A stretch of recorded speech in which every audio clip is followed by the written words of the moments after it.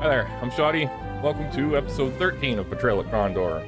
And we left off, we just got to chapter 5.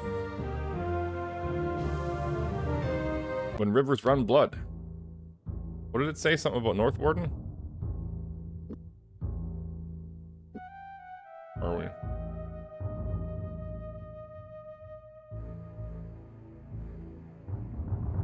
Oh man.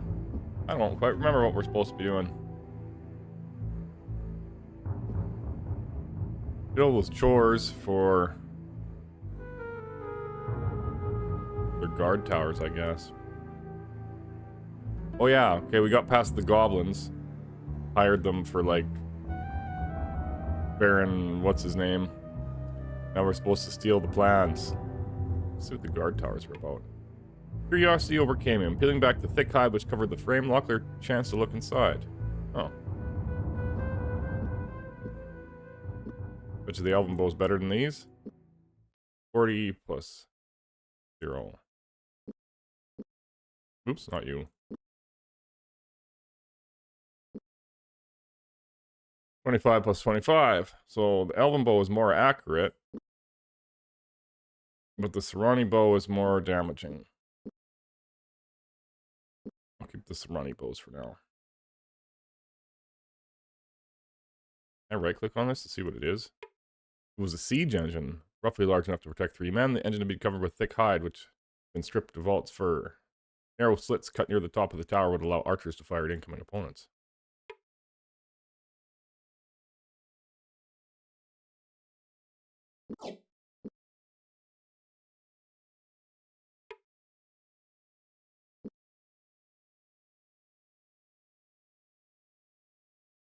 There's some bad guys. I don't know what that is. Maybe it's one of those ogres.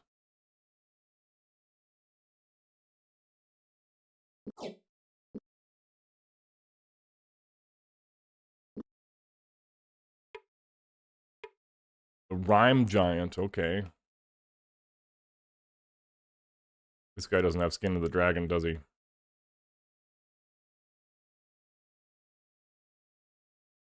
Patra stumbled.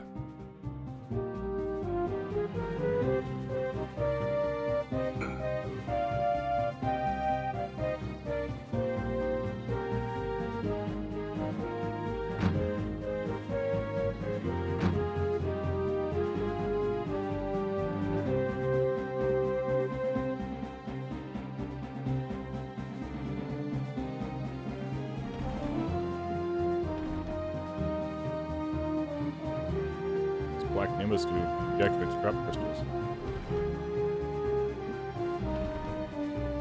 What does Steel Fire do? Causes blade to do extra fire damage. That seems good.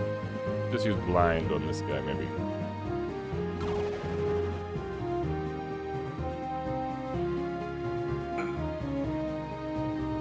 Do a swing. Nice. No, you leave Patras alone.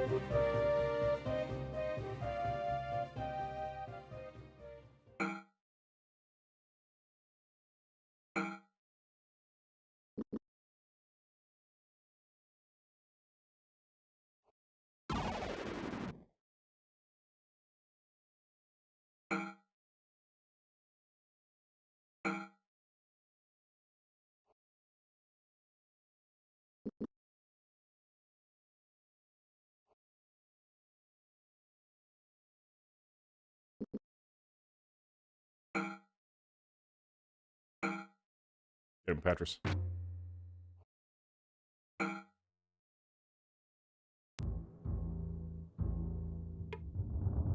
Rogue Mage. I don't think I need that. I'll take it anyways.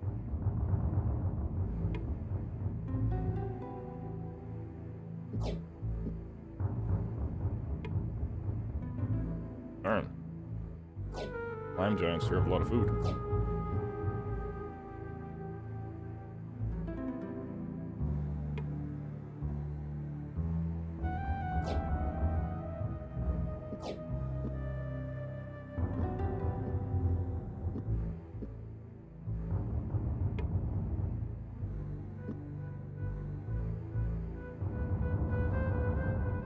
have the spyglass? I do.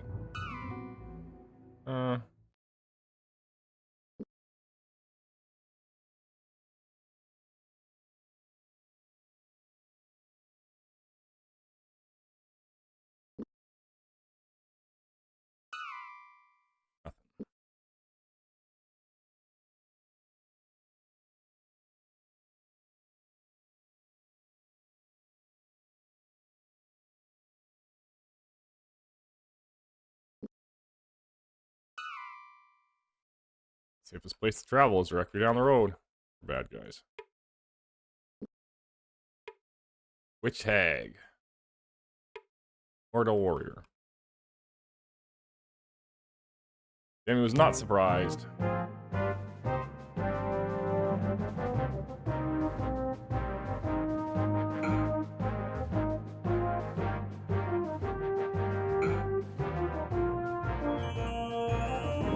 Oh, that was a sniper.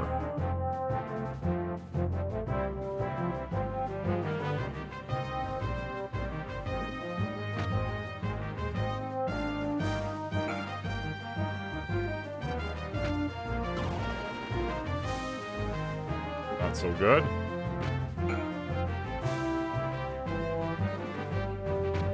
Alright, give him the turn. Oh, she ran away. Petrus, no.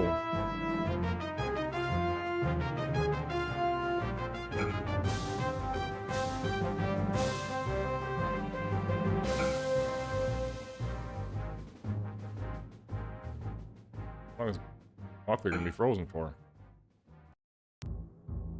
Gasp escaped Patrus's lips as he levered himself into an upright position and looked over his wounds. I think I'll amend the plan, Patrus said. My wounds are mortal. You go on without me. No one gets left behind, James shot back angrily. No one. Get your things and we'll move. When we move, we'll find a healer or you along the way who can help. I would imagine we're gonna run into a temple, so we'll probably have to... Oh, and he's poisoned too. No, just near death. I think that said Patrus, right?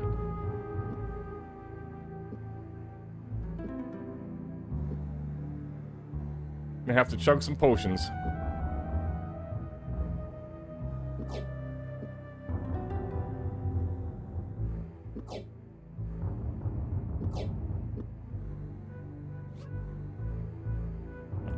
Wrong potions.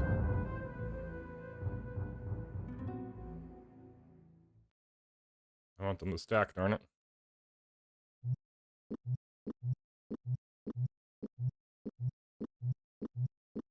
Oh. There we go then.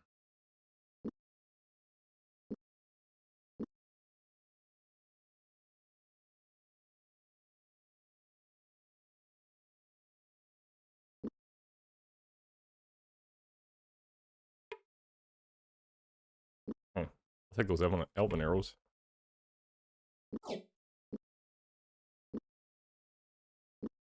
I'll toss these junker ones.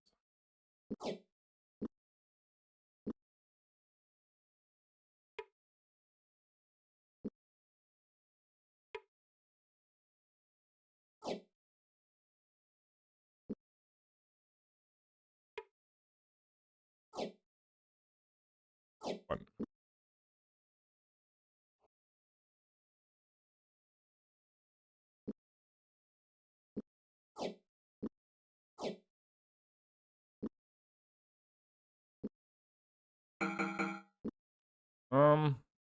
He's gonna leave the party probably before I need him with this, so let's give this to him.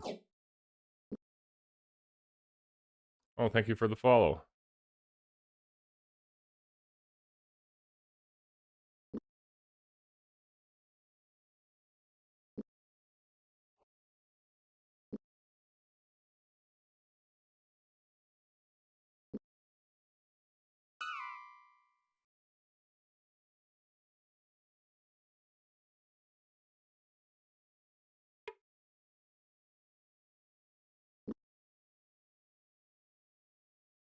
Uh-oh. Trap.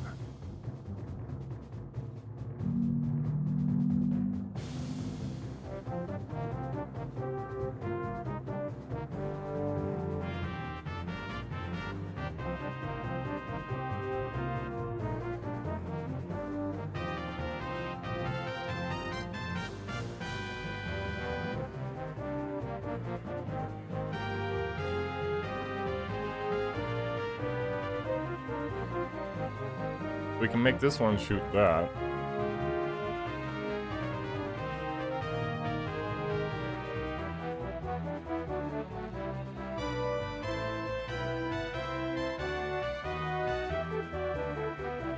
Oh, how that helps me. Get Patris's spell. What was it? Black Nimbus. It activates trapped crystals.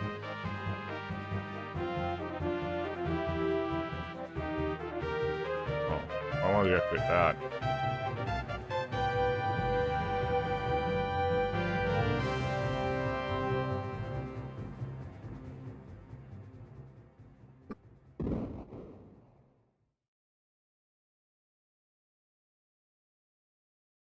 So I want to push this thing into there, I guess.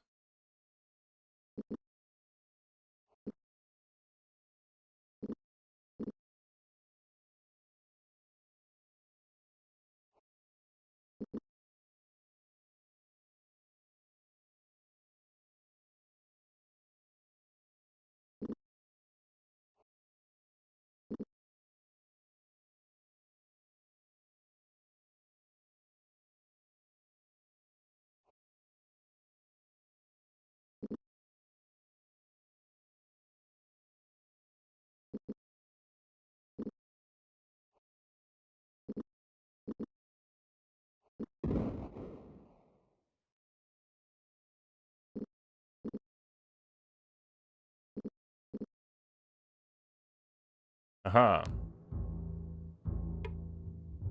The design was standard. James examined the catapult with great interest, noting it was remarkably similar to the models used in the kingdom. On many occasions, he had seen rocks in excess of 50 pounds thrown, twice the length of a barrel ball court with such a device.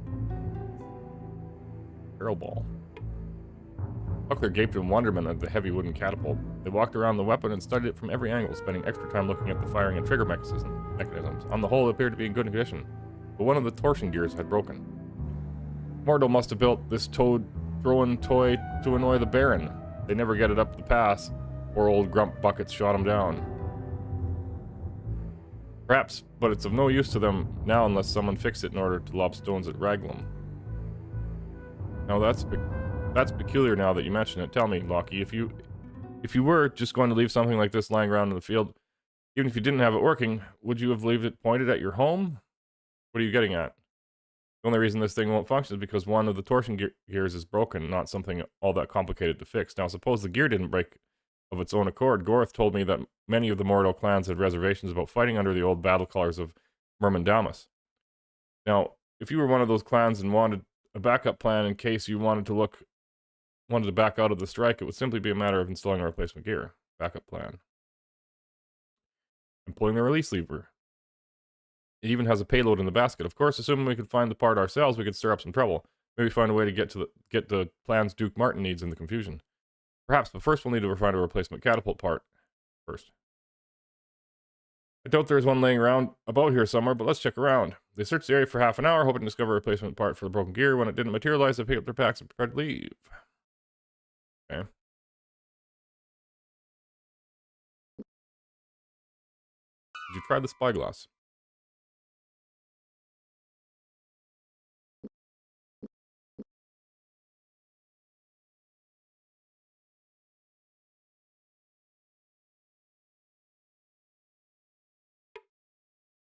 An old Mordell answered their call. Despite the unusual group he found before him, he allowed them into his tent. He spoke to them in the kingdom tongue. Were things you wear taken by combat, or do they represent true loyalties? Buckler spoke quickly. We are from the kingdom, but we bow down before only two powers, gold and silver.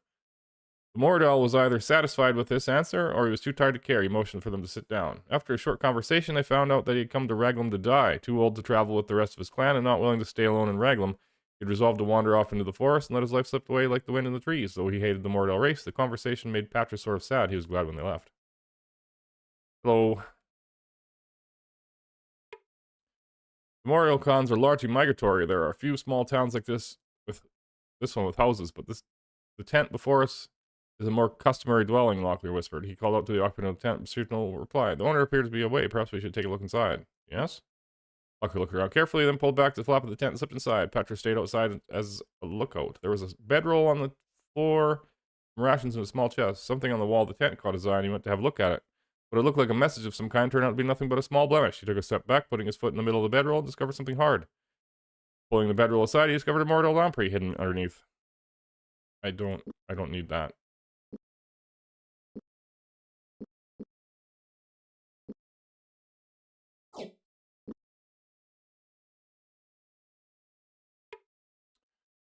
Though they were speaking in Mordel, the loud voices inside the tent seemed to indicate it was home to a small family. Mordel discipline is very strict, said Locklear, listening to the harsh yelling going on inside. Perhaps we should come back at a better time.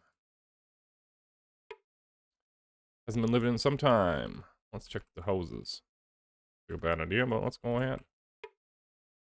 Locklear knocked loudly on the door. Expecting Mordel, they were a bit surprised when they see a large bull of a man came to the door. He eyed them suspiciously, then spoke. Mother of Ishap, look at this. Kingdom dog's looking for a bone, he sneered at Patris, then said with a snarl, you'd best go back to where you belong. There ain't no work here for the likes of you, now get.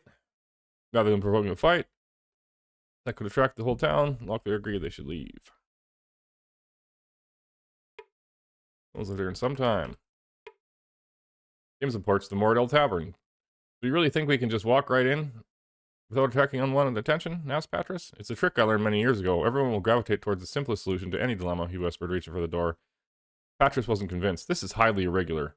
Look at it this way, James continued. We either have a legitimate reason to be here, or we're completely insane or walking right into the middle of enemy territory. That doesn't make a lick of sense, so everyone inside will assume the first is true. Now try to act like you belong here. People to talk to. James approached to Mordel, but he eyed them suspiciously, then shrugged. We spoke to them in the kingdom tongue. Not interested in Discord friends, man, sorry. Though he spoke to them in the kingdom tongue, his speech was broken and somewhat slurred. You been hired by Nerv's brother? What's his name again? Nago? Asked them Mordel. James nodded his head. Yes, we are mercenaries from Quag. Just arrived. What news have you from the thrust south? Mordel lowered his head, then whispered. They say Captain Krondor has got final orders for the move against Northward, and beyond that, I ain't got the faintest what's going on. Resigning himself to the fact that the Mordel had nothing more of value to tell them, James remained for a short while to listen, not wanting to attract undue attention to themselves. At last he excused himself from the table. I don't think I need any food.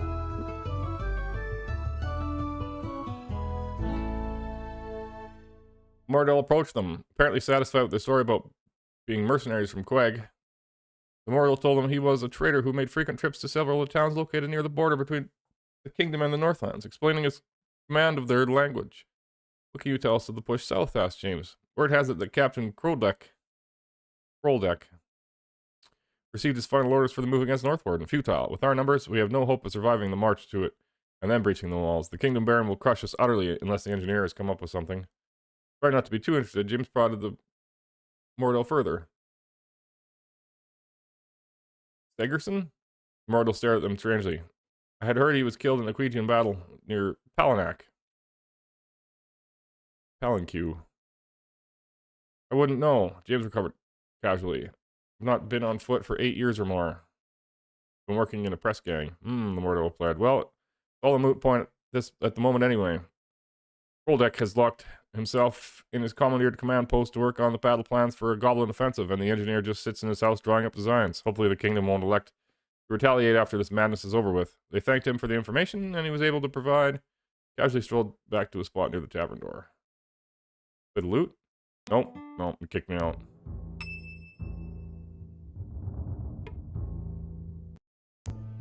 Watch the rest.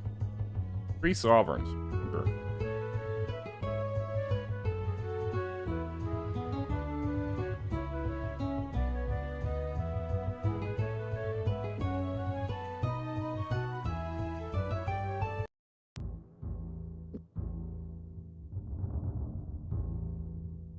Should I try this house? Once lived here in some time. A strange old elf answered the door.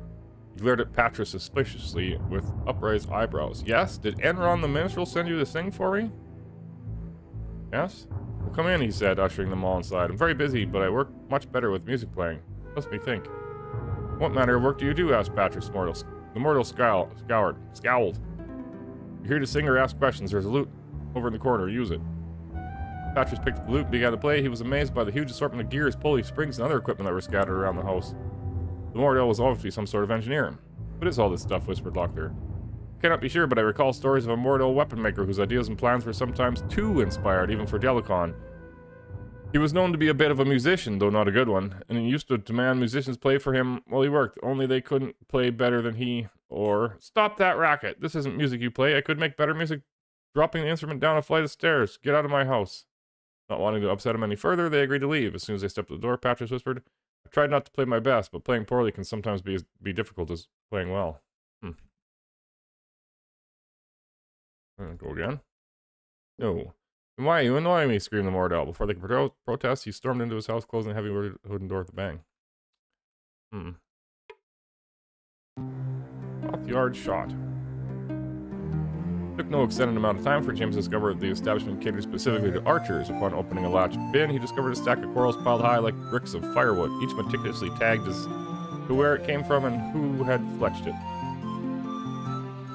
Oh, weird. It's got like a unique name. I've never seen that before. S.E. Mauler. The crossbow type had become legendary since the end of the Rift War. Replicated from a model discovered in the Northlands, the draw was impossible to set barehanded and required a lever called a goat's foot to be used to span its deadly draw. Fortunately, the crossbow had the device attached. It doesn't tell me how good it is. I guess it's not unique, it's just an upgraded one.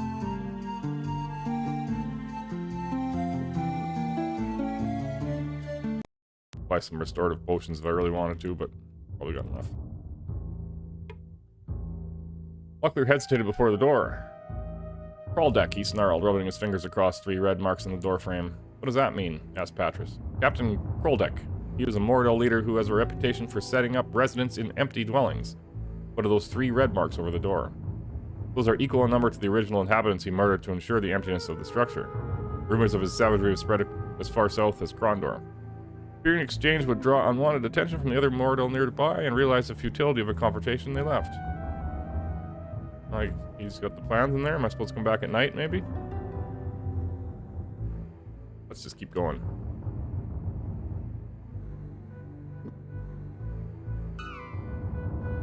There's something to the south. The tent. Place is abandoned. Don't need to shell anymore.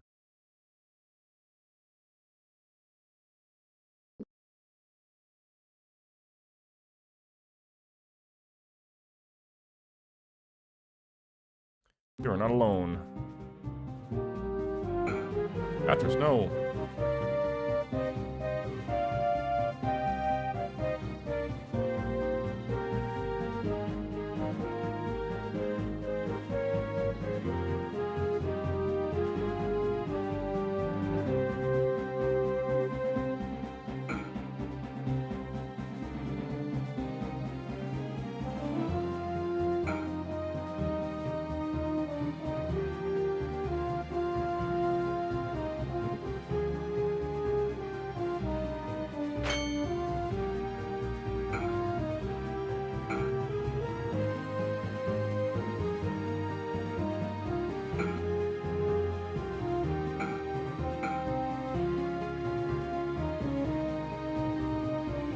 Oops. That's fine.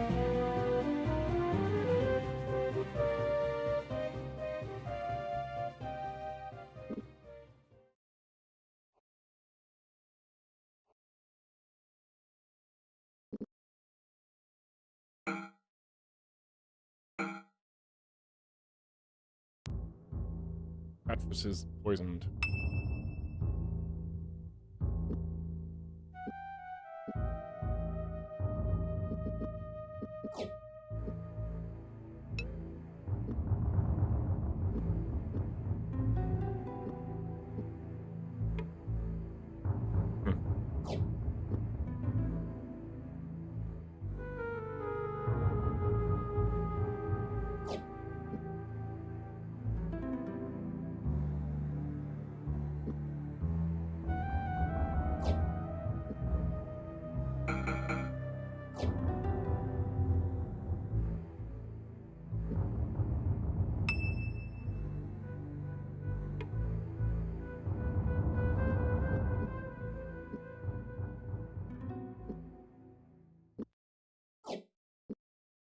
Guess I want the blessed armor more than I want the non-blessed armor.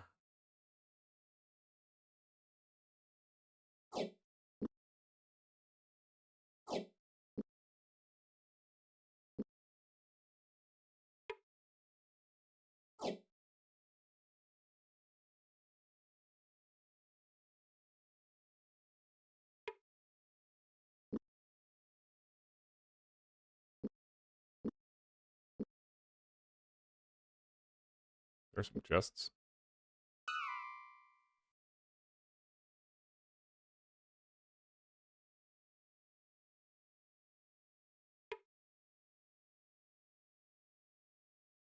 Medium crossbow. I should have checked the rest of them if they're Bessie Maulers or whatever the heck those are called. Do you have the detect trap spell?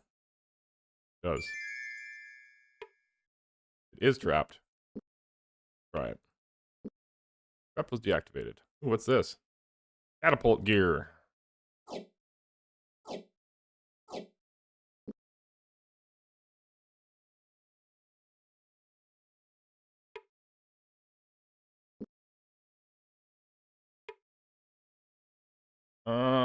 This one is trapped. Let's try to deactivate it. It was deactivated.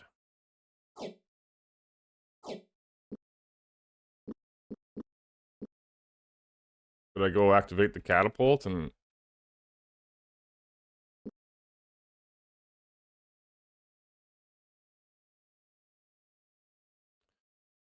Well, it looks like this will be as far as we're going. Too many guards on the other side of that bridge for us to slip by. I don't think it's too important we go that way anyway. Our objective is to get those plans for the Duke. Come on, let's head back towards Raglan.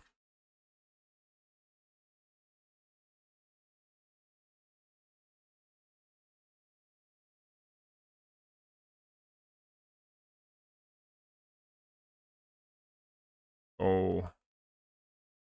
That was the house. Let's go hit it with a catapult. Buckler took a deep breath, holding the catapult catapult part they found in the box. Using some makeshift tools, he kneeled before the machine and set to work. It took nearly 2 hours to install the part. And though Locklear wasn't positive the machine would work at all, he stepped back to admire his handiwork. I'm not an engineer, but I think that should work, he said, motioning to the others to join him. Together they stood before the strange wooden creature, its one arm poised, ready to fling its special cargo into the sleeping mortal town of Raglan. Walker took a deep breath. Shall we give it a try, he asked. Yes. Patras backed away from the catapult, wiping his forehead with the back of his hand. Locklear bent down to grab the wooden handle that would bring the monster to life. There was a really quick animation there. Can I shoot it again? Oh, I did shoot it again. Whoops. One more time, hold on. James placed a hand on the wooden monster. It was a marvel of mortal engineering, and though short on artistic value, something that marked a difference between the Mordell and their elven cousins. It showed signs of precision and craftsmanship. Fitting we could turn their own weapon against them, Locklear said. Though they had already done the damage they had come to do, James wanted to watch the machine work one more time. Alright, and now this house. The door was ajar. Locklear tried to enter the small house, but something seemed to be blocking the door. He pushed a little harder, and reluctantly the door swung open a little further. Peering into the darker room, they could make out the form of a male Mordell on the floor. Krondor's body was curled into a fetal position, and he appeared to be clenched in his throat. The engineer knew his business quite well, he said. The catapult load seems to have been very effective. Search the room quickly. After several minutes of intense examination, Patras called out, I think I've found something. Behind a wooden writing desk in the corner was a sword of Lim's Kragma, a small pouch with 150 gold coins, and a set of company orders. This would put a kink in the Mordell attack plans. After looking at the note for several minutes, Patras shook his head. Duke Martin will be pleased with this. I would think. Now we just need to get it back to him. What is this? Sword of Lim's Kragma. A shiver ran down Patras's spine. Though the weight and play of the sword was as he expected, there was a darkness about the blade that unsettled him. No matter how he turned it, the light refused to reflect off its highly polished surface. 49 and 10, 71 and 0 for humans. This is chapter 5, I think. And it is a better sword than what I got, I think.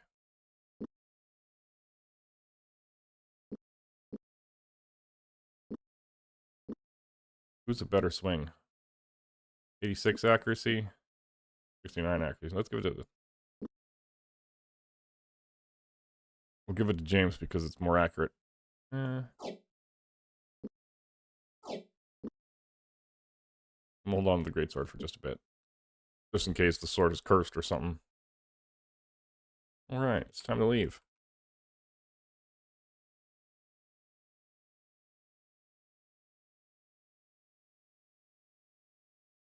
Anyway, to see what chapter I'm on? Usually it's down there. When you're on the loading screen.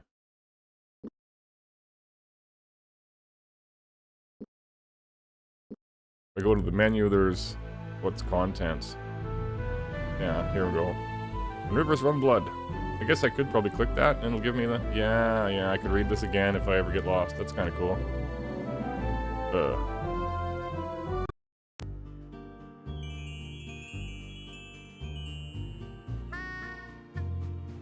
Yeah, that was the intro to the chapter. We need rest.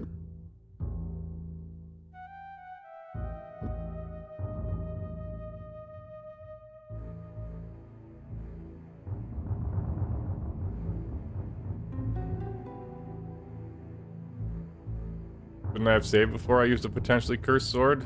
Probably, but that would have been smart.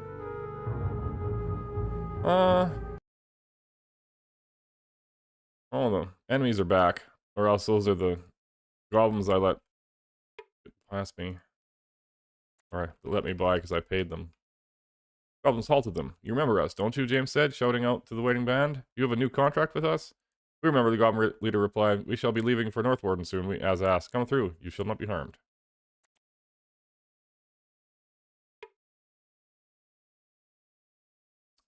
Goblins halted them. Gullah said we could pass, James said, shouting to the waiting band. You have a new contract with us. Bewildered, the goblin hordes argue amongst themselves. The leader at last shouting for silence. You pass, he shouted back. If Gullah say we obey, you will not be harmed.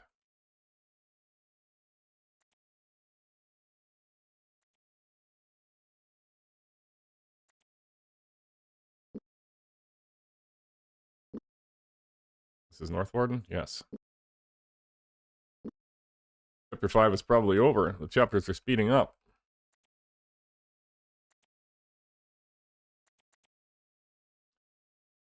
Path turned. The road before them was well traveled. James saw it switch back several times before climbing towards the large garrison. Northwarden, he said. Do you think we should go in for supplies? Yes. Palace and a shop. I still do not like the look of this battle, Senor James. What do you need? Well, actually, no. When I first saw you, it occurred to me to ask you something, but whatever it was has utterly slipped my mind at the moment. Will it bother you if I come and ask you about it later? We have a few things we need to be tending to elsewhere. Go on then, I have a few things to do myself.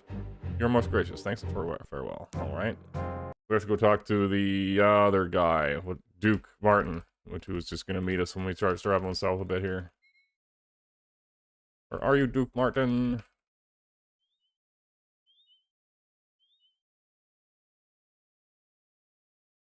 Here we go. Things are not going well at all. I've started to get reports from some of our scouts, and from the sound of things, this will not be an easy siege. So what's brought you looking for me? Here's the plans. We got the plans for you, Martin. Too bad you didn't come with us. So, we had quite a bit of fun. Won't be much time for that very soon. My gut instinct tells me they'll begin the assault in time in the next few days. Before we get back to the castle, there's something I would like you three to check out for me. I got this mysterious note from someone who said that a company of Moradel illusionists have slipped behind Northward, and I thought Patras would know how best to deal with them. Just like those pointy-eared little munchers to go stealing my ideas. Baron Gabbett had me working on something like that, but I could never get the kinks out. I knew my tongue was itching for some reason. But if we run across them, I got something that'll fix their hindquarters in a bat's fart. Whoever wrote the note doesn't specify where they are supposed to be located, so if you three would just take a swing southwest, see what you can find. Once you're done, come back and we'll all head to the castle together. Well, that at least answers a few questions. We'd best be getting back this battle... What? We'd best be back at getting this battle in order. Is there anything else you need at the moment? Just for you three to be careful. We can't afford to lose any more men. Yeah, I think we can handle that order. You stay out of harm's way as well, Duke. Ruth wouldn't forgive me if you somehow got arrow shot by some goblin archer. Farewell. I'm not going to tell him about the goblins that I paid to fight for us. Both west. Alright.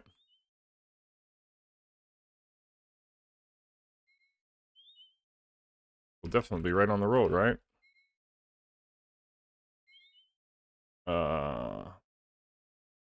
That cave I think I went into to get the alchemist stones.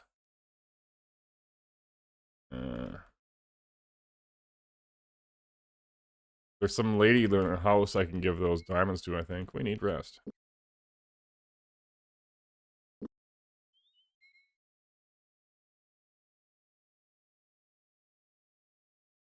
Where are the illusionists? Didn't camp on the teeth. We've been here before. We've been here before. Tavern's not open yet. No one's lived here for some time. Used to be an inn, but it's abandoned. Grumbling magician.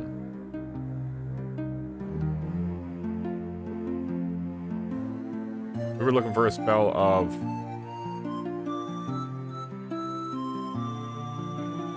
Skin of the Dragon. Yeah, we don't have that.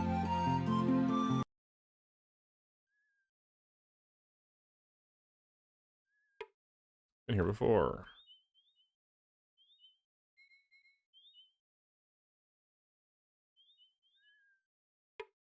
Abandoned. Do I have a shovel? I do not. Okay.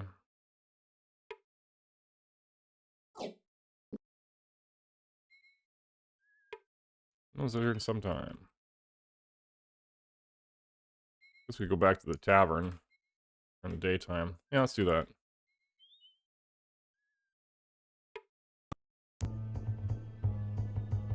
Look to this guy.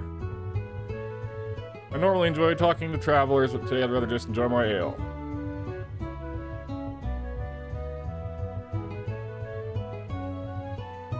6 sovereigns a night.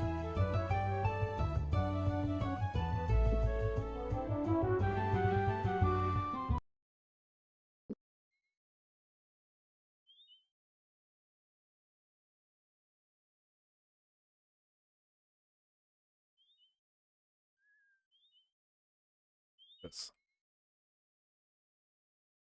Patras stopped. James took a few more steps before I realized the magician wasn't with him, and turned to find him staring off in the bushes with a comical, questioning look. Something ain't right here. Something ain't right about things here, Patras said, turning in a slow circle. Ain't what they appears to be at all. And if a thing ain't what it looks like, that means it's wearing some kind of mask. What are you babbling on about? Locklear asked. The invisible magicians, you donkey, Patras shot back. Almost imperceptibly, his mouth began to move, silently forming words long forgotten. His lips began to move faster, in sync with the secret accelerating rhythm only he could know. Then he gave voice to the words, and they tumbled from his throat louder and louder until he was nearly shouting. James saw a strange shimmering in the air. He turned to look, and before his amazed eyes, he saw a huddled pack of mortal spellcasters. Oh my goodness. Patras, no. Whew. Hopefully he attacked from the left. He did not. Patras, no!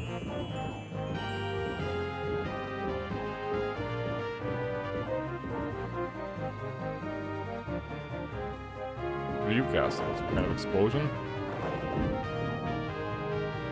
Gee, this is gonna suck.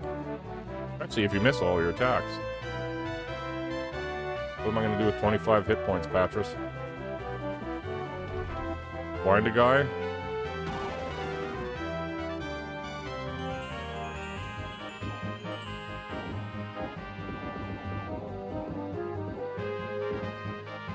Oof. Oof.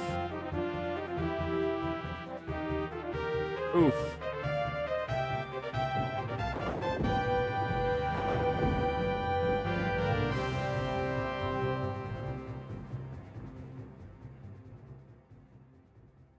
And his strength was stolen. 1 hit point. I think this is auto battle. Let's see what he does. Nothing.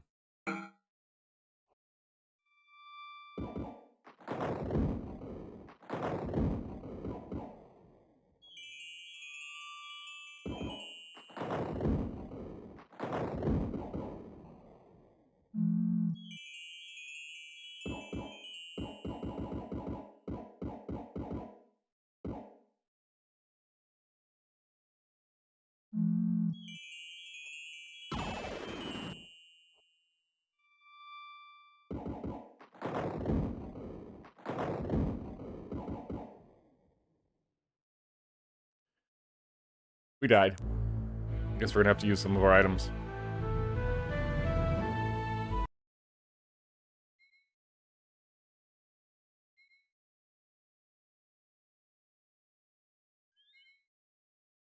This was the place.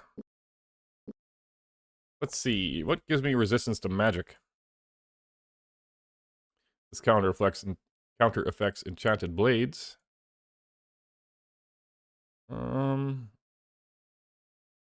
This has magical effects on weapons and armor.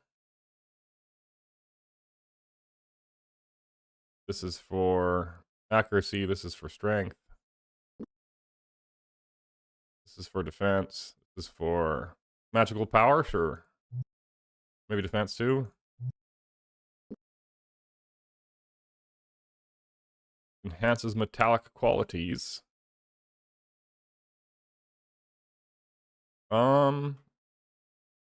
This is for frost-bladed weapons. That might help.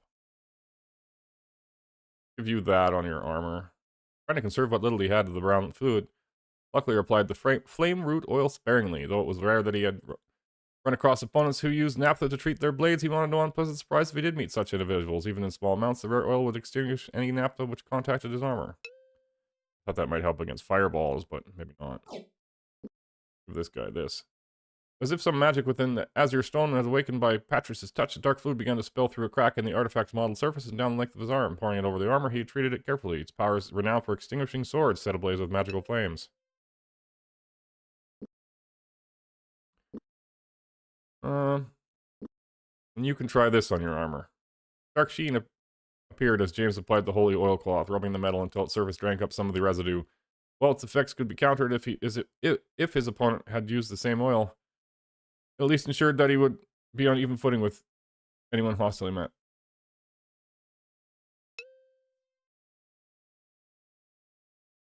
What was this one again?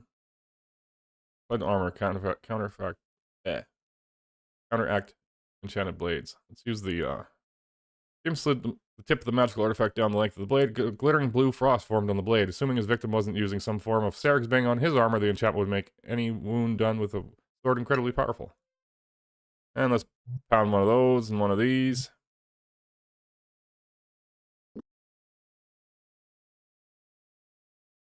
Give him some more defense.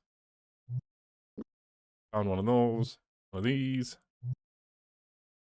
And what was this one again? Enhanced swords. Well, we got lots of these. This.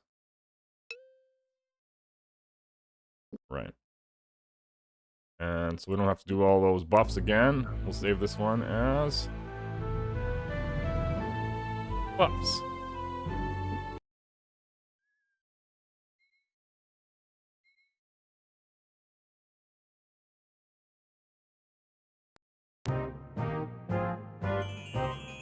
Froze the spellcaster and fireballed him right off the bat.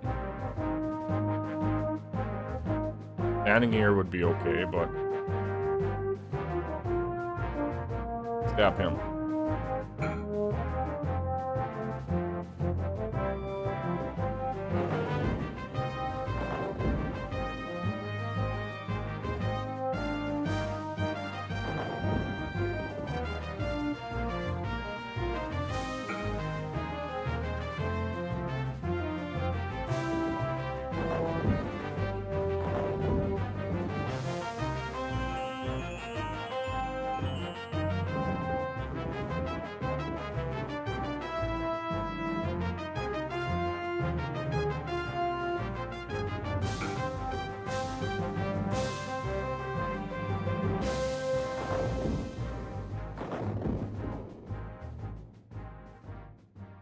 Hit points left. You're gonna miss, aren't you?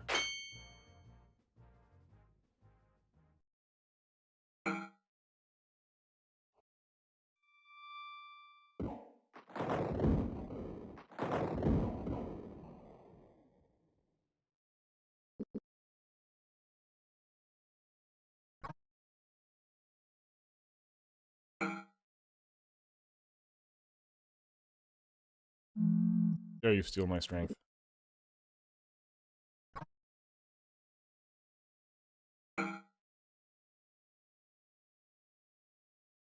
Patris is wounded.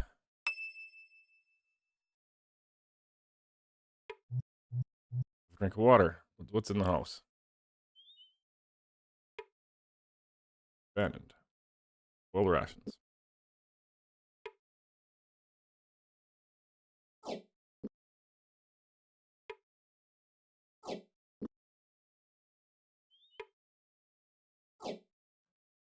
Infinity pool. A pervasive feeling of malice radiated from the pendant. Within its depths, bloody points of light pulse swarming from one side of the glass to the other as anything brushed against its featureless surface. I have no idea what that does.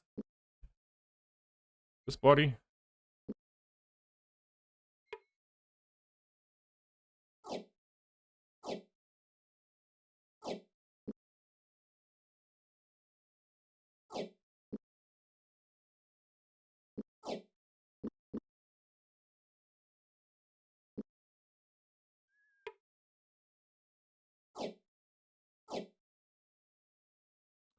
Wrath of Killian. I have no idea what that does.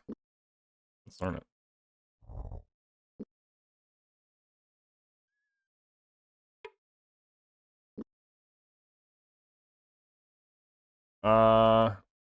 Doesn't appear to be cursed or anything. It is, according to its stats, it's better than the stuff I got. Night Fingers.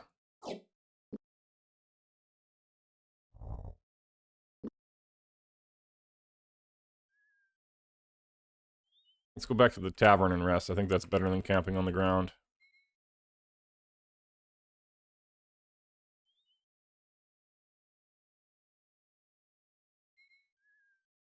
This one is a tavern. But first, eat some herbs and chug some potions. Anybody have extra potions? No.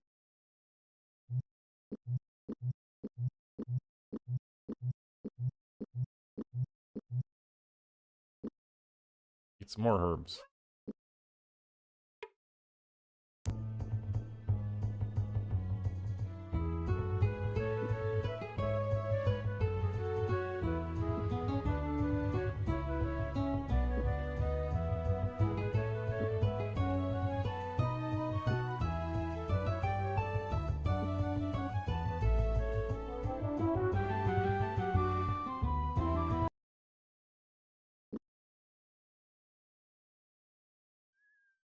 This guy sells potions.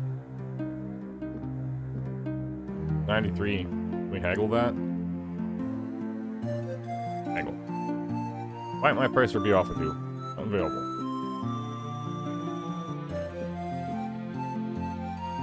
Oh, he sells 18 at a time. I guess that's pretty good. Okay. I'm gonna keep these.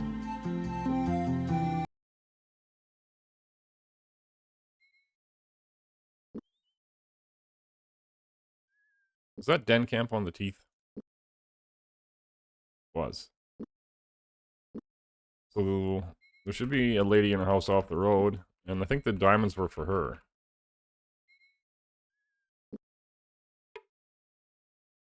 And she says nothing new. Okay.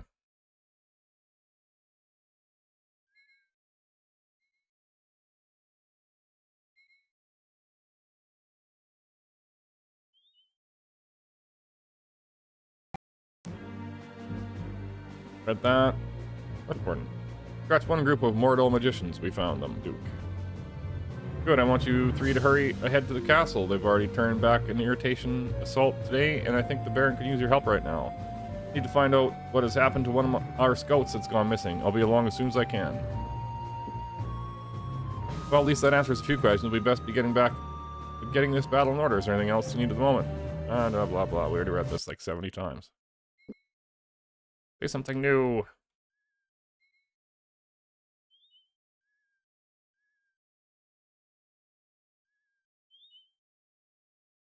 The road over here.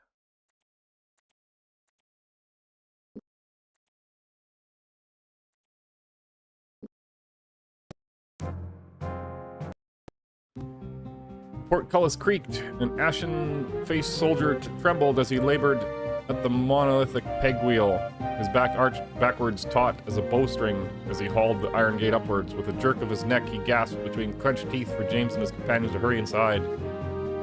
Within, a handful of soldiers hurried to various tasks on the battlements, and panicked captains attempted to rally the surviving contingent of the day's fighting. Something's wrong, James muttered, observing the disarray. What's happened? Baron Gabbett's been murdered. That's what's happened, a nearby soldier shouted, glancing up from where he worked, feverishly unplugging a keg of oil. We found a bloody nest of nighthawks in our midst. They murdered the Baron's staff and 3 of the captains before we cornered them in the storeroom. Torch those corpses immediately, James ordered. They might be black slayers. Where's Duke Martin? Don't know. You're the closest thing we have to nobility at the moment. Guess that puts you in command, senor. Senor. James said nothing as a rumble of thunder split the sky. Half-dead soldiers trumped past, their eyes followed with exhaustion as they traded places with equally worn men brought from the dining hall turned infirmary. 2 men still possessed clothing unstained by blood. Dour with the turn of events, James eyed the horizon for any sign of help. In all likelihood, de Mordal would attempt to breach the wall today, and there was little he could do about it. The Nighthawk treachery had silenced there at cannons, and too many men had fallen in 4 days of heavy fighting. Attack! A voice screamed in the stillness. Attack! Men on the south face! James cast a fuming curse into the sunrise. He might die, but he would send as many Mordal as he could into the halls of the Death Goddess before he would go down. The Mordal thrashed. His life dimmed in his horrified eyes. He toppled backwards into a wooden balustrade. Balustrade? Balustrade? I think it's balustrade. That might be just like a sharpened sawhorse-looking thing, maybe. With an ear-splitting shriek, the railing sundered into flying splinters, tumbled after his flailing feet as he disappeared into nothingness. Almost too dazed to breathe, James bolted to the wall to sight his fallen opponent. A crumpled heap of armor lay far below, splashed in gore and a spreading stain of red. Close by, a grim-looking figure lowered his crossbow and tilted up his shaggy dark head to favor the seigneur with a rare smile. Arutha. I was beginning to believe you were going to miss all the fun. Telecon would think me impolite if I didn't attend his little party. How are the men? Of the original garrison of 415 men, 227 are dead, 35 are mortally wounded, and the rest are afflicted with dysentery or are too exhausted to wield the sword. Your arrival came none too soon. No discourtesy intended, Prince, but why do you wait so long in coming? Why did you wait so long in coming? We made all haste nearly to the point of calamity. Your well-meaning messengers bumped into trouble and nearly didn't win themselves free. Consequently, we didn't receive your word until it was nearly too late for us to respond. We were greatly fortunate to arrive as soon as we did. Mordal are in retreat, but few of them remain. By accounts of my scouts, they think there may have been at least 6 companies in the hills. About that, since they didn't have the decency to attack all at once, we couldn't tell. Our trackers are to be believed. 4 of those companies slipped out a week ago, while the other 2 kept your forces pinned down. The rest apparently turned southwest. Sounds like they mean to strike at High Castle. Undoubtedly. Since the Mordal leader had mimicked many of the moves that his predecessor Myrmidonus made, it stands to reason he may have made many of the same mistakes. As precaution, I split my forces and diverted half of them to High Castle. As soon as we are finished cleaning up here, I will take the rest of our companies to engage them there. Chapter 6, Betrayal. What the game's about. Pug concentrated on the storm. Whitecaps curled on the face of the bitter sea as furious jags of lightning flashed down from a darkening sky. Far off, the wobbling sails of ships leapt in the troughs of grey waves, struggling desperately against winds that threatened to shear them into ragged scraps. Fishermen and frenzied shipmasters busied themselves along Krondor's docks as they raced to batten down flapping hatches and prevent unsecured goods from pitching into the churning seas. Everywhere there were planks and hammers and ropes, but among the workers not a soul dared utter a word. Wrongness. Pug sensed it as clearly as he smelled the salt in the air and felt the hardwood railing under his hand.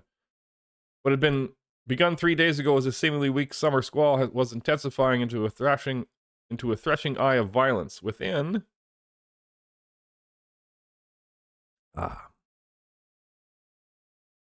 hours, it would make landfall, doubtless bruising the livelihoods of many coastal towns, Krondor among them. Perhaps it can be tamed, Pug thought, his face twisting into a frown. More of a lesser path affair, but it should be simple enough. Even as he extended his hand, the image of another storm formed in his mind unbidden, a terrifying storm that had raged over his head as he came into the greatness of his power in the far distant empire called Saruanani. Saruanuani. A storm that had tested his right to be a member of the alien assembly of magicians. Alien? A storm that had rent open the heavens and forever set him apart from other mortal men. Energy leapt from Pug's outstretched fingers into the heart of the storm, exploding within it a glorious rainbow pattern that illuminated the clouds in a throbbing elemental display. Greenish bands of color danced at the sky as the wind began to abate, the torrential rains quickly softening to a mild patter as... I think it's like page numbers in the bottom, and they're Roman numerals. CCLX is what? 260? And then if I click, it'll go 261. I think that's right. Blue blasts of energy moved between sea and sky. Gently, the ocean stilled of its own accord. Satisfied the threat was reduced, Pug discontinued the spell with a slicing gesture and stepped back to watch the storm's progress. The sight eased his mind and allowed him time to mull over a series of issues, not the least of which was the ruined vacation that he, his wife Gatala, and daughter Gamina had intended on making in Krondor. But like a lodestone to metal, he found his thoughts returning again and again to recollections of the Empire. So if you've read some of these books, Gamina is a character, and there's a guy called like Macros or Marcus the Black. He might show up eventually. I think Pug is talked about or is a character. He was a magician, yeah. Parade in flame, the enemy comes. To shriek his cadence on skeleton drums. Makala. For thunder's spite will raise our call. Go down shall crumble empire all. He is Makala's the what? Sarani magician? Sarani poet, I believe he was House Omachan. House Minawanabi, reign of the 53rd light of heaven. Is there something you need to see me about, Makala? I am busy. Busy. You have been behaving like a Nidra bull with a burr in his bit. I came to ask what Pug of Stardock so distracted. Came to ask what Pug. What? I came to ask what has Pug of Stardock so distracted that he cannot find time to meet with his associate magicians. Has his reputation so inflated that a member of the Sarani Assembly is no longer worthy of attention? His attention? I'm sorry, perhaps you are right. I've just been very preoccupied. I find myself obsessed with this storm. All week I've felt it building over the bitter sea, and all the while I have suspected there is more to it than is immediately perceptible. It doesn't feel natural. Have you seen its like? I have seen its match in destruction, as you recall. You created far more havoc and threw an Ani when you disrupted my Emperor's Imperial Games. Several city blocks destroyed, countless lives lost, the warlord cast down in dishonor. Had a feeling you didn't summon the Rift Door to chastise me about my lack of attention. What is this about, Makala? Your loyalties, Pug. While you claim loyalty to the Empire, you live your life under the influence of a Mid-Chemian king and took to wife a thorough Highlander. Your judgment is suspect. From the day I left the Empire, my judgment and my loyalty ceased to be the concern of the Assembly of Magicians. I do what I see. I do what I see is best for all concerned. I see. And is any act justifiable to that end? If it serves the common good, yes. Even if it violates an individual's rights. What do you wish for me to say, Makala? You lead me as if I were one of your Nidra cows, but I am in no mood for games. State your business. Very well. Your daughter Gamina has blossomed into a remarkable young woman. She is beautiful, gracious, and an honor to your house. Unfortunately, she is a girl with Unfortunately, she is also a girl with remarkable powers. Your love for your daughter has led you in a grievous miscarriage of your duties. Why have you let her live? My estimation of a person's magical talents is not determined by their sex, Makala. I refuse to murder my child to oppose a barbaric tenant of the Assembly. They have no authority in Mid-Chemia. In this instance, I believe they will choose to ignore the geography. At this juncture, the Assembly is troubled, surrounded by anti-traditionalists who embrace your Mid-Chemian values. Mid-Chemian? Led in large part by Mera of the Akoma. Open defiance by you, as our most notable member, could weaken our position within the Empire, and that is something we cannot afford. We would be forced to make you publicly comply. Although I am equally wary of female abomination, I have no desire to see your daughter dead. I have acted on your behalf and placed her in exile until such time we can agree upon her ultimate fate. Why didn't you consult me? Where have you sent her? Seek her if you wish, but it will avail you little. Your further interference will likely ensure the assembly will carry out its order of death. They will be unable to kill her, however, if they cannot find her. It would be to your advantage to leave her be. I will not content myself to sit here while the assembly banters about the value of my daughter's life. I shall find her, and then I shall tell your brethren to expect my visit. You embark on a dangerous road, but it is yours to take. Farewell, then, Pug. The Book of Macros. Trail. Find the Book of Macros. Yeah, Macros the Black. The meditation tower being one of the first places I suspected of looking. I went there as soon as I discovered that neither he nor my daughter appeared for breakfast that morning. There I found a message that had been burnt into the wall. Book of Macros? What do you think the message means? I thought for a while that he intended for us to contact the magician named Macros, but it would be a feat impossible for even Pug to accomplish. Macros left Mid-Chemia long ago, and all he left behind were his writings. Presumably the Book of Macros would be among the books he left behind? Perhaps, but I cannot be certain. The library that Macros left on Sorcerer's Isle was vast, and it took us the better part of a year to remove the bulk of it to the Academy at Stardock. Since that time, some of the volumes have been lent out to various scribes so that they can be cataloged and transcribed. Then the book could be anywhere. A new approach. Before he disappeared, did you note anything unusual that he may have said or done? As I said earlier, he had seemed agitated for some long time, but yes, there was something. About a month ago, we were walking in the gardens outside the palace, just the two of us, enjoying the day, when he suddenly halted us near a sewer grate. When I asked him what was wrong, he said, "Not all the sheep are in our fold." Sheep? Forgive me, lady, but your husband seems to have an infuriating penchant for the cryptic. Not ordinarily, no. Only when things are on his mind. But come, I must head towards Stardock and look for evidence of the Book of Macros. Where shall you two go? We go below into the sewers under Krondor. Owen, good lady. I believe we shepherds have an errant flock of sheep to find. Alrighty then. This is saved the start of this place. He's got some stuff. What's this? Oh, this is that emerald and something with Nalar's rib invoke the Lord of the Void. Pitch that. I don't think we need this anymore either. This is in the Mac Mordain Kadal is it gonna be a wordlock chest it's telling me, and the answer to the wordlock chest is Glam Red Hell.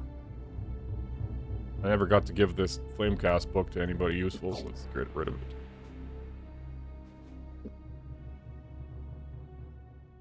Let's see, we got ropes. More stuff.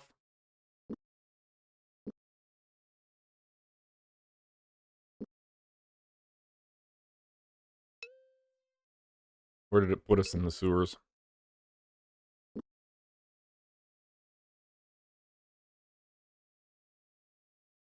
What are we supposed to find in the sewers, man? Do we have any sources of light?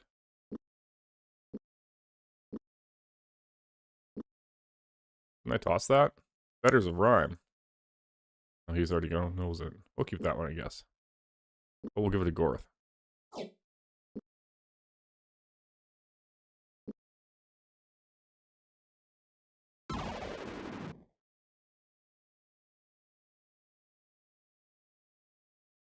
Is this the way up?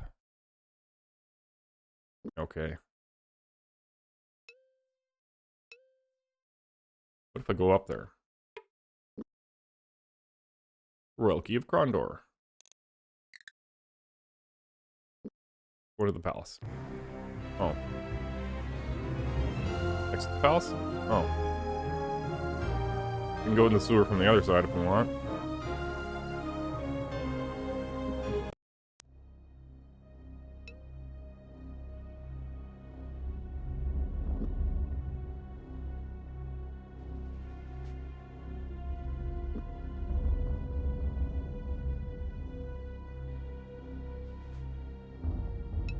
We should have went in from the other side. That's where the guy was.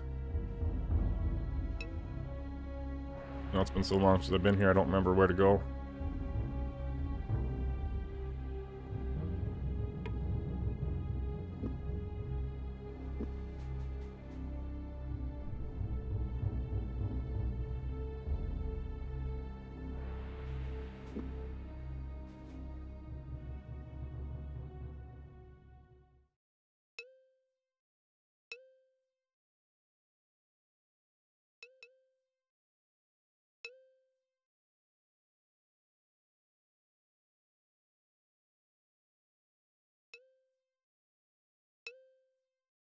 Which way?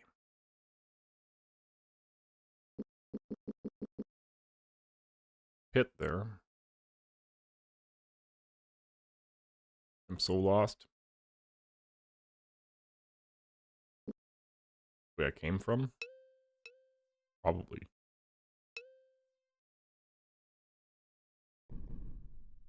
Let's turn right. Why not? Let's swing across the pit.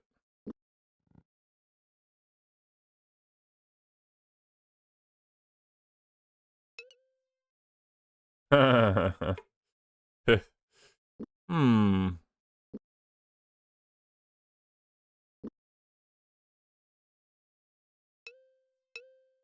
That was a circle.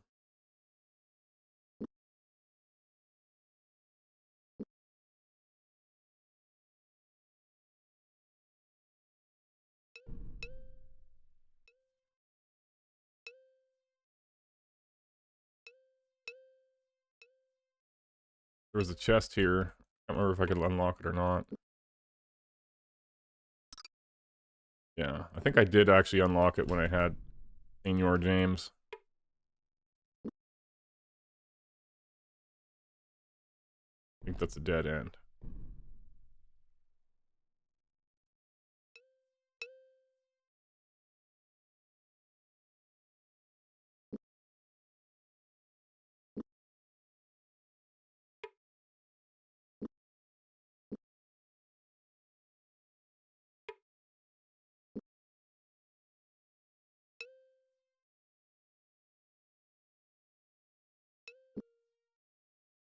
This the exit? This is the exit.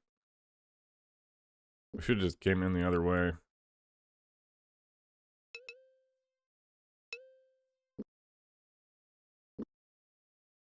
Next left.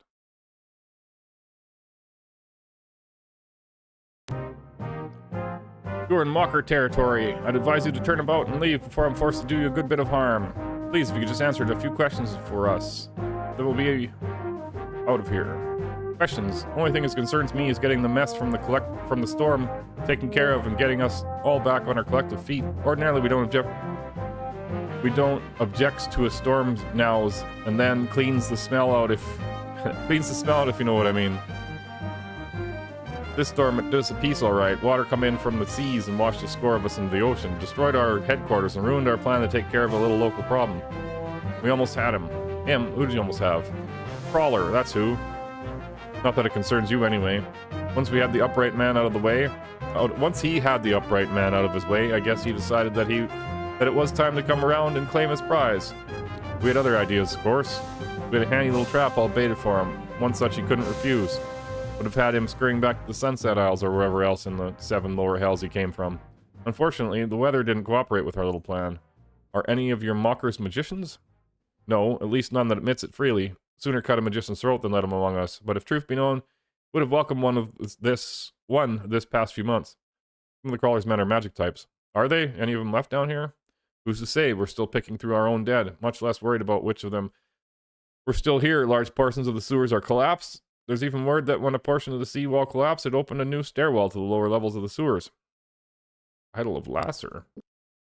What do you know about an object called the Idol of Lasser? Some sort of kid story, infinite? About a wizard? Or what gives you the power over the goddess of death or some such silliness? Why would anybody be looking for it in Krondor? Part of the story, as I remember it, was supposed to be hidden away in some deep and secret part of the sewers by the Keshian, what? Something like that. But it's not real, I can guarantee that. If it existed, the mockers would have found it by now. Goodbye. think it's time we left. Do what you like, pointy ears. Just get out of the sewers before someone decides to make a meat pie out of you. Believe me, I have no burning desire to stay here. I, for one, would be quite happy if I never see the underside of Krondor again. Goodbye, Lemon. Good luck. But he told me there's a new passage to find. I'm guessing it's over here. Should have tried that dead end.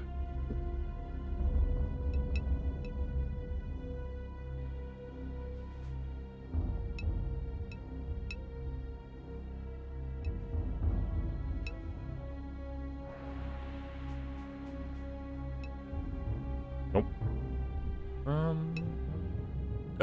I ran right into those guys. Worships of Giswa.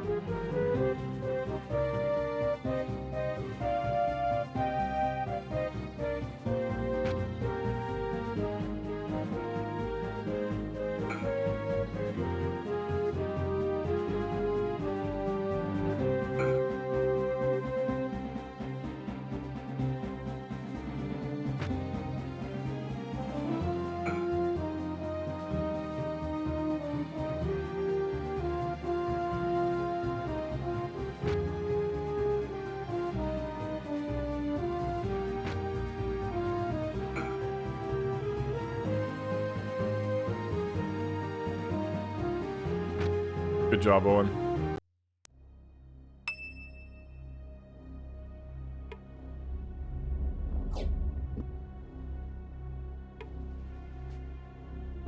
Sure.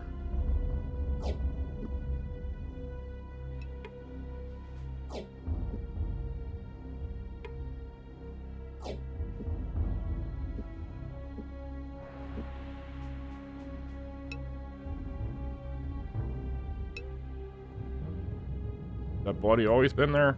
Probably.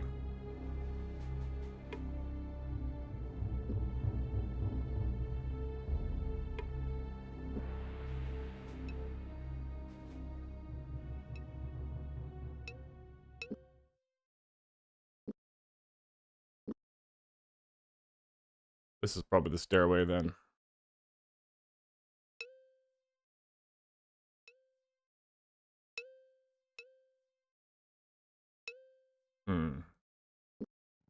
Nope, there's a dead end.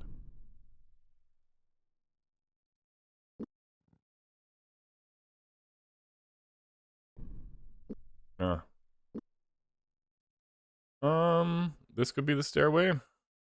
This could be the stairway.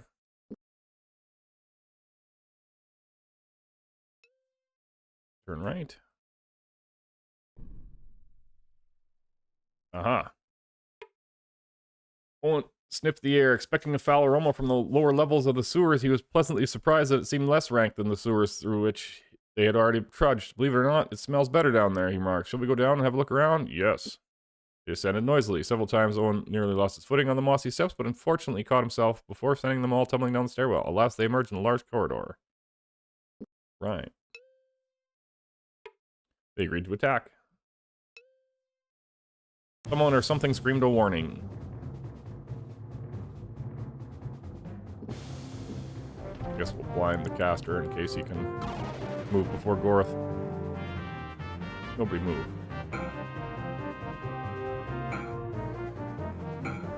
You just get poisoned.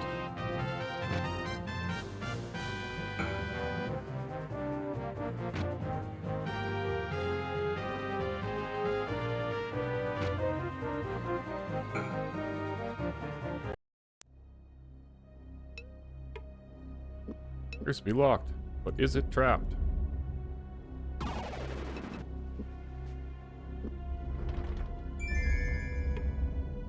It is trapped. We deactivate it? Let's save first. We didn't. Trap was deactivated. Ooh, what is that? The Idol of Lasser. A votive idol rested in his hand over it like a squat, sexless gnome. Rationally, Owen knew it would take no great effort to crush the leering ivory figurine. But he merely would have to close his hand, but somehow he felt as if the roles were reversed, as if he were the fragile thing in the statue's tiny palm. More info. Can affect player statistics. There isn't any enough room. And there's another sort of limb scragma. Alright, well. What can we get rid of?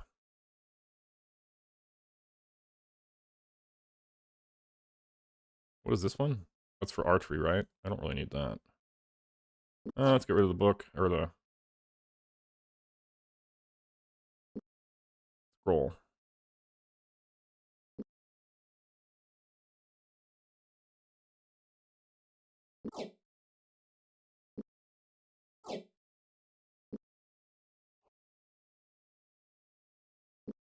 $49 and 10, $71 and 0. $36 and 10, $52 and 0. Better.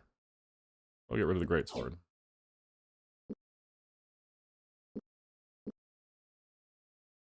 I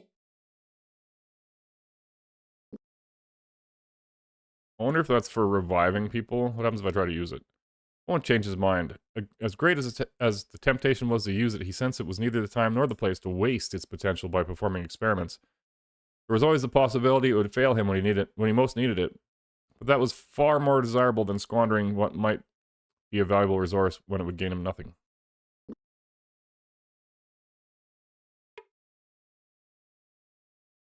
We have got dragon armor already. Use more lockpicks, sure.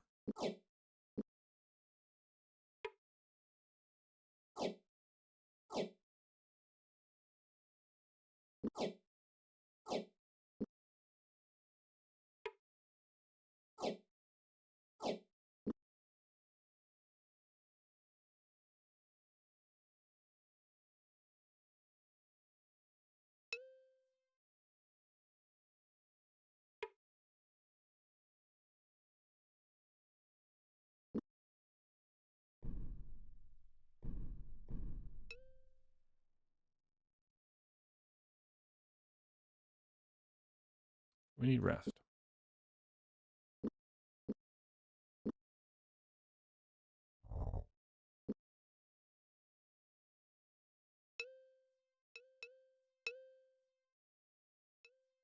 What is that? Transport through these sewers is strictly prohibited. Official kingdom business only. Lordmaster Corby. Got a man who is still alive somewhere?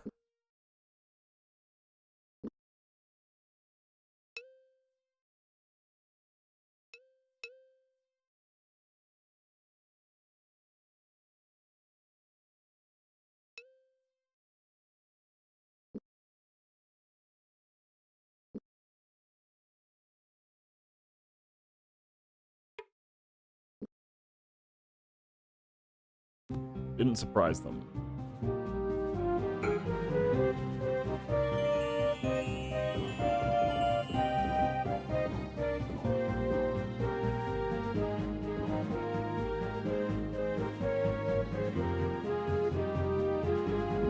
Ow.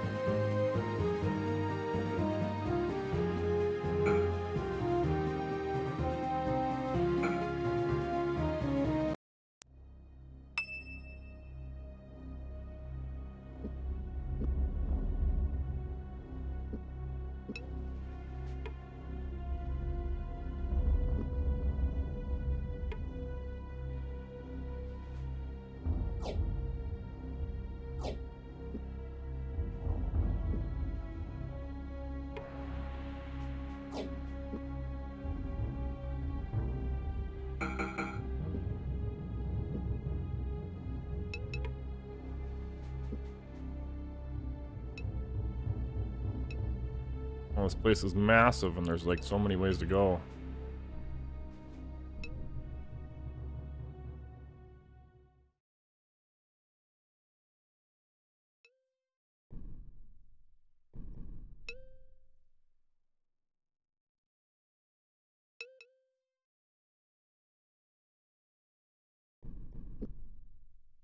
Alright.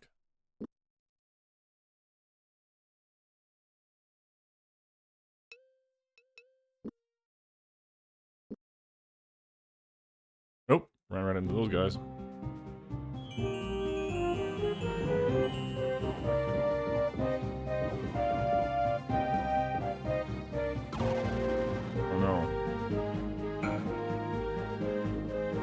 Right, Owen.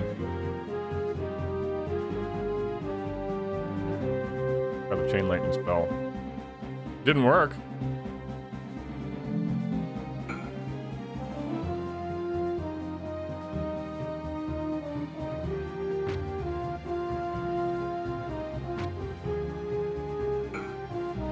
I should have attacked the spellcasters. That was dumb of me.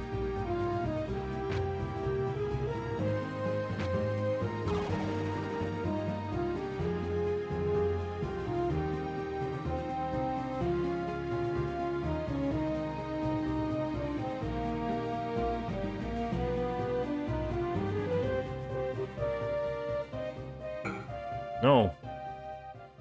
He needs his hit points. Can't hit anything without no hit points. We'll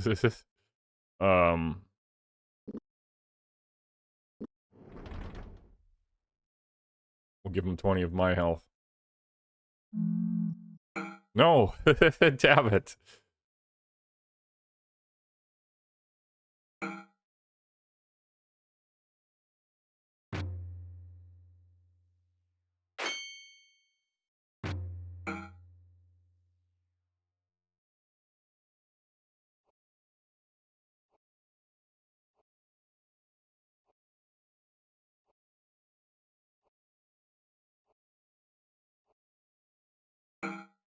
Dorth is dead.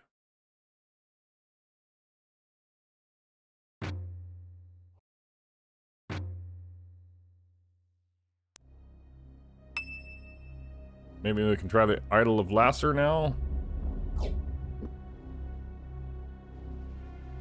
No. We do have a whole lot of potions.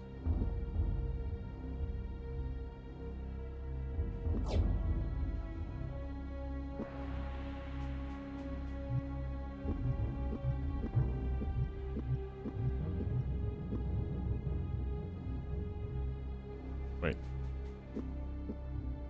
Let's give him that.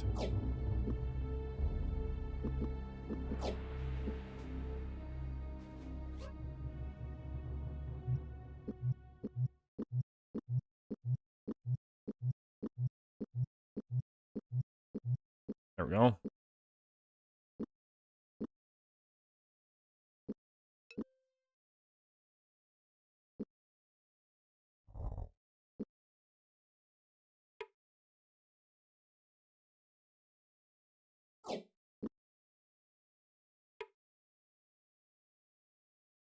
Sure.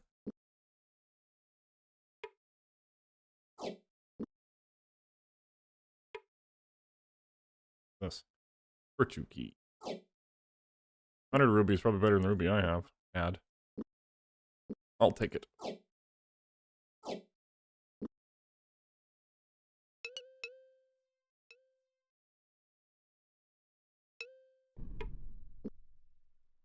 Lock tight. No. Oh, let's try this key. No.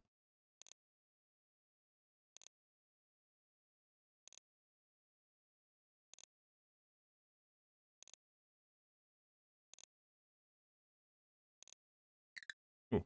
That's the one I tried.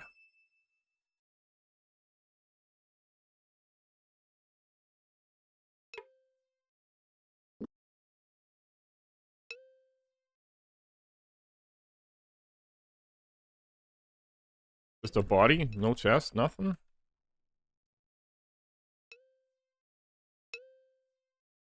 Huh.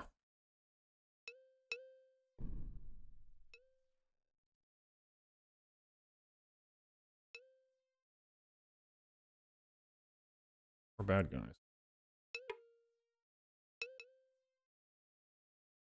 Someone or something screamed a warning. No casters this time.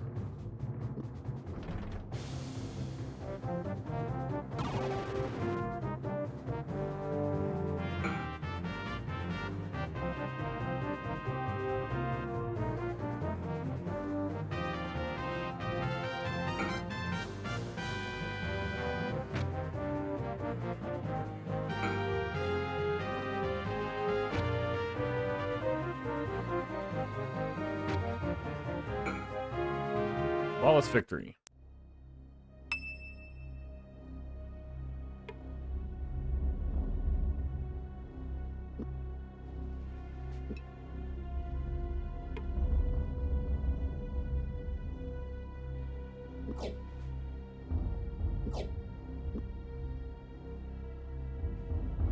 bodies there or just one?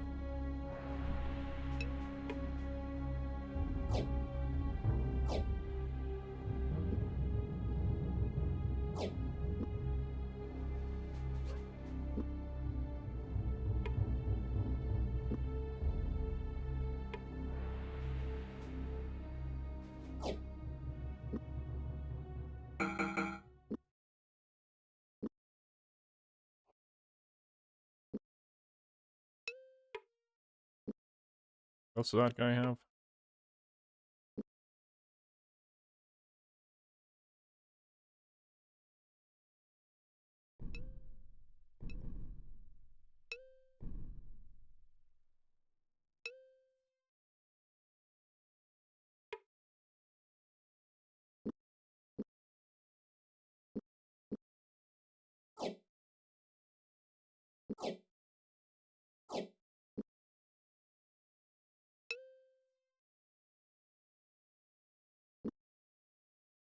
Hey, thanks for the follow.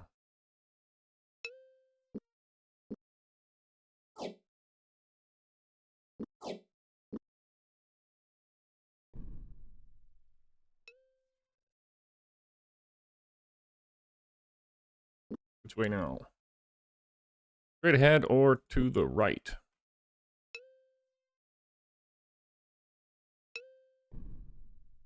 I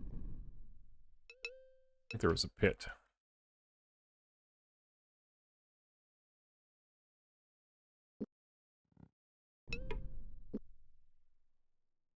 Good picket. Bad guys.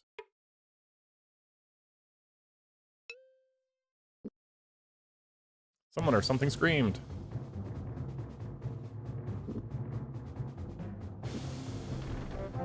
Unfortunate flux. Summons sprites to attack enemy. Confuses enemy spellcasters.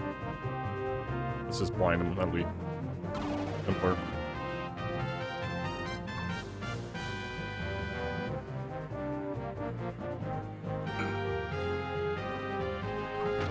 That was a poison arrow.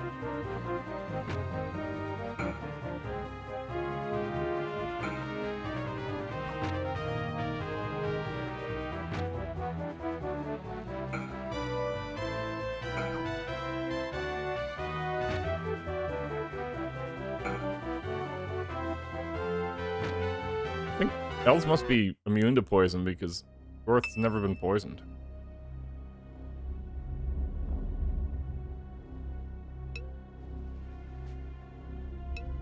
Well, there's... can't remember what they're called. Stalactites or stalagmites? One of the two.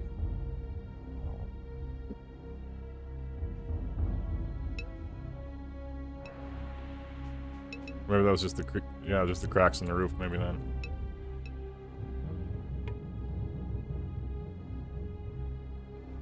Who has the rope? One has the rope.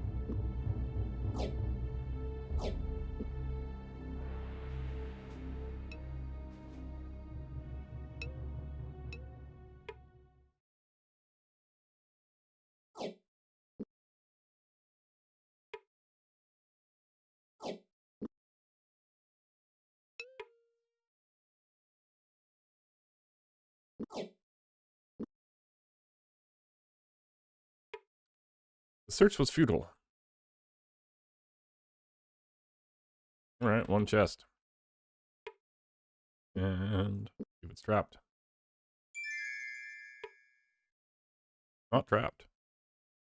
Lock is complicated.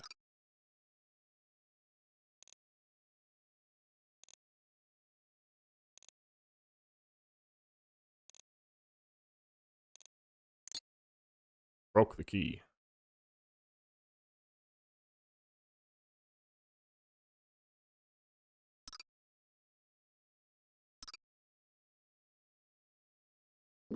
Alright, well, can't pick that.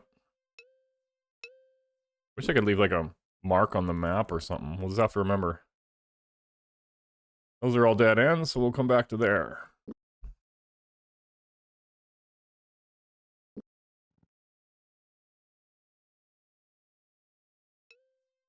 Is it this turn? Yes.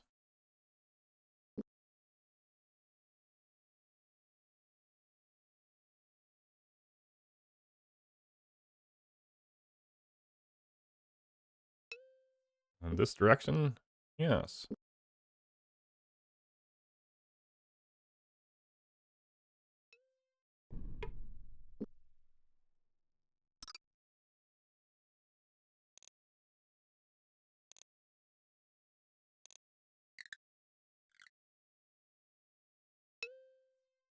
No bad, guys.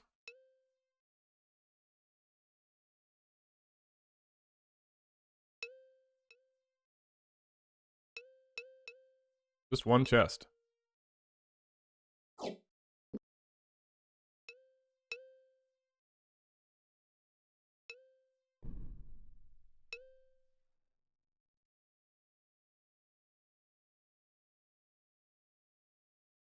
Is it a dead end? Yes.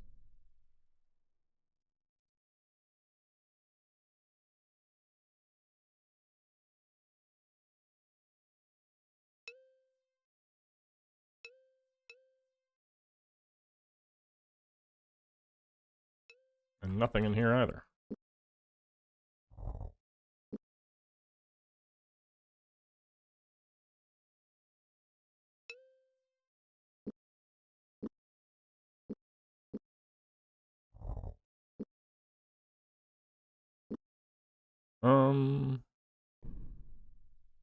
We gotta go back to here, I guess.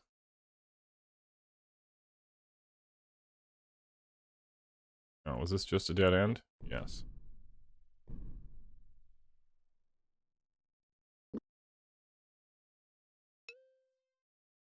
We haven't went left. This is the exit. We went this way.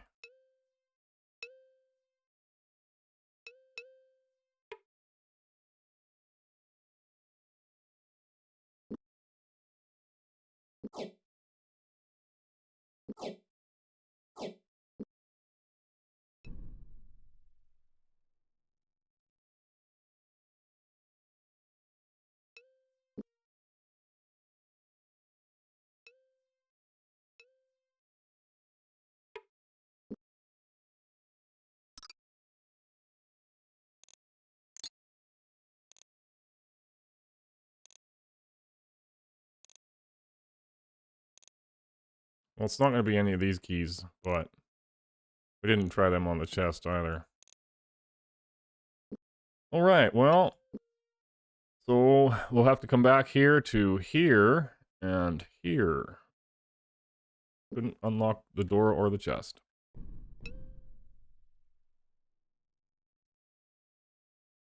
I don't think there's any spells for unlocking. We did get the Idol of Lasser or whatever it does.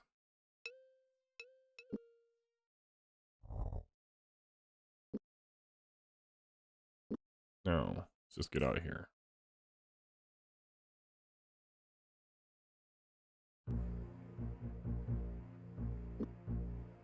Found the Idol of Lasser. Maybe he'll teach me to pick locks. I'll ask him about pick locks. Talk to me. Where'd you go?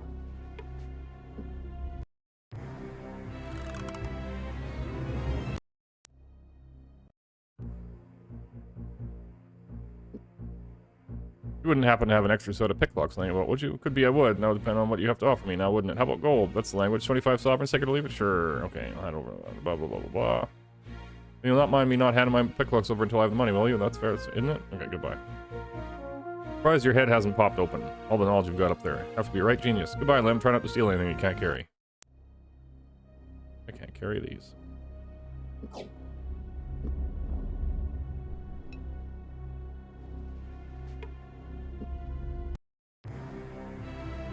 Well, was that all we were supposed to find in the sewers?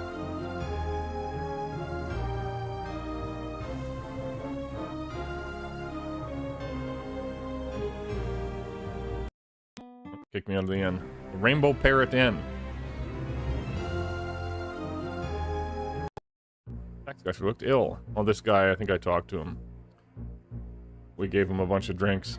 Please state your business quickly and quietly. I'm incapacitated just now. I'm sorry to interrupt your hangover, sir, but it's very important that we speak to you. Have you seen or spoken to Pug or of Stardock in the past few days? He's disappeared from the palace, and we're trying to find out where he might have gone or done before he left. could be that he and I dressed in the Princess Anita's finest gown and danced with skeletons on the docks, but I don't remember a single detail of the last evening. I've had a bit too much to drink, I believe, and I'm regretting it with great beauty at this moment.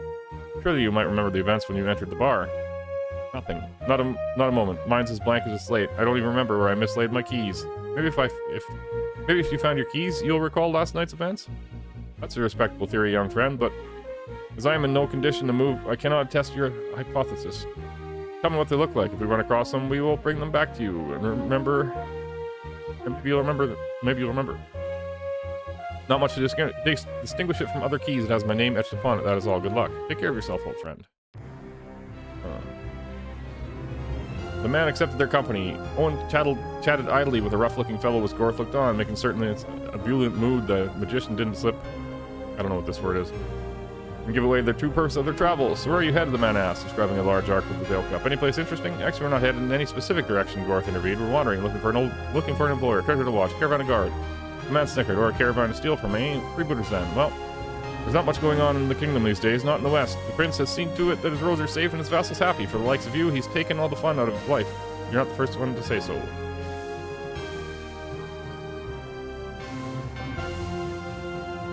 Eight sovereigns a night.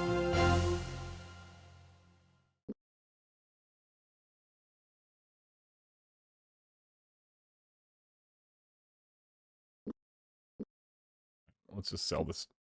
I want to keep that emerald just in case it's... Well, yeah, I will.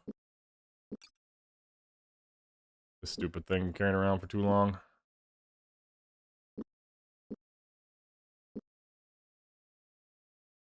Another shop.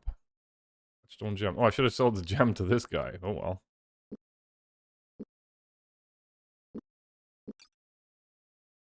Much for the idle lasser. Nope.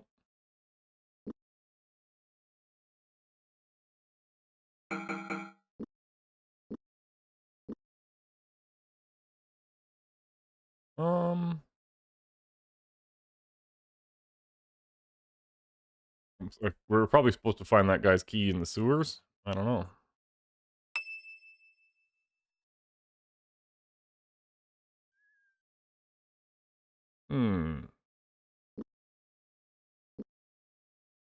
We're supposed to find the book of Macros.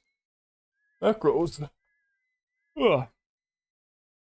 And that's probably going to be in... Where's the place with, Sarth, right? That's where the library is? The Stardock Library or something? Let's go there. Keys? Hey! Nivik's key. Cast in brass. The key type was unfamiliar, though its size suggested it was made to open a door rather than a chest. On the reverse side was a royal seal, over which were inscribed 3 lines of script. Prop of Nivik. Property. Lord Master of Finances, Western Realm, Krondor.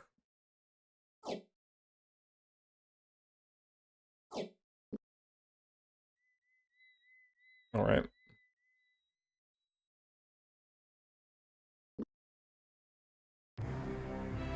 Back to the inn. So, have you found the key that will unlock my past?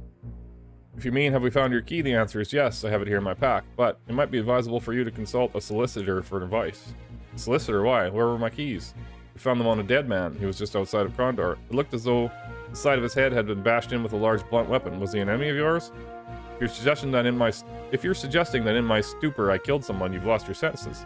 I'm not violent when I'm drunk, and in fact, I tend to fall unconscious after even a few tankards of ale. I'm starting to recall a few things about my episode, shall we call it.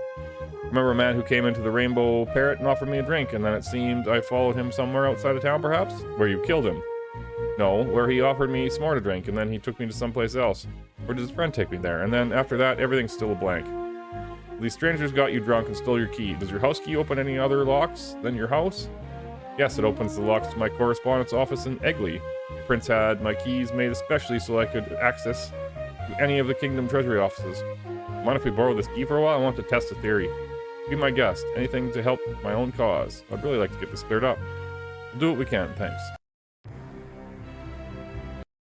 Okay, so... We go to Eggly first and test out the key. Eggly's over here, right? No, that's Lighten. There's Eggly. Garth or Eggly? Let's go to Eggly. Right ahead, right? I think so.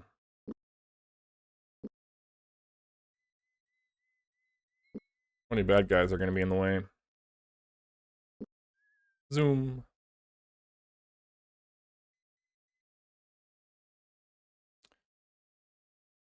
Garth stopped and stared off in the distance. After several seconds of contemplation, he turned and began to speak. I've read this a few times, but let's do it again.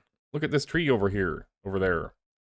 The lower limbs have all been hacked off. That either means we're near someone's property line or someone was ensuring they have an unobstructed view of the area. If we continue in this direction, we should proceed with great caution. Party's abilities have increased. Party's abilities have increased. Alright. Didn't get ambushed. A bird shot into the sky. Searching the landscape for the source of the animal's discomfort, Garth whispered. I think we might do well to pay attention to that little creature, whatever startle it may be close at hand. If we continue in the direction we are currently headed, I suggest we do so with great caution. We'll give it a save, Gora, thanks. Party's abilities have increased. We're just too good at stealth, Gorath. We're just too good. This will be tenors. Tenors. Let's check this shop. Hamel's Pawn. He's got keys. Practice loot.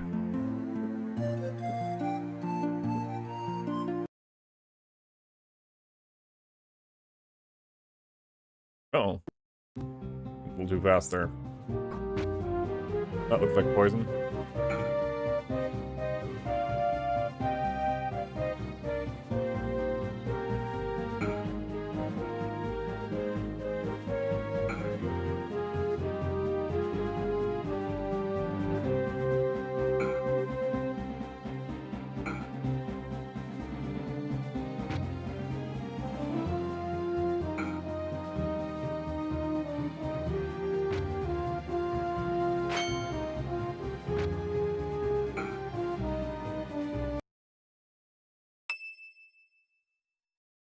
Yes, and Owen is poisoned. Are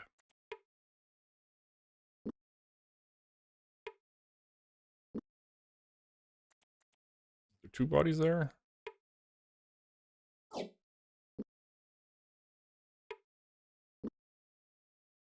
think so.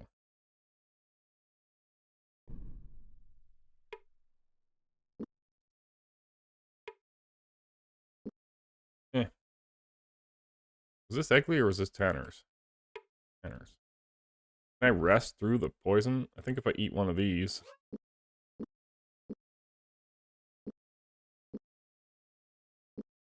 Is it getting worse? Yeah, it does. Okay.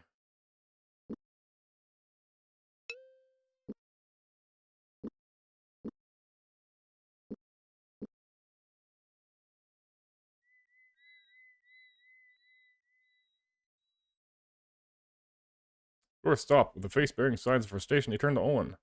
Our path seems futile. We need to find the Book of Macros. Perhaps a scribe might be our best source of information. What do you know of scribes in southern Midkemia? The vaults of Sarth are, of course, replete with scribes. Brother Mark could help us there. Also, I've heard Abbot Graves at Malak's Cross is well known for such knowledge. Does that mean I can't get to Eggly? It's just ahead. Let me go to Eggly, Gorath.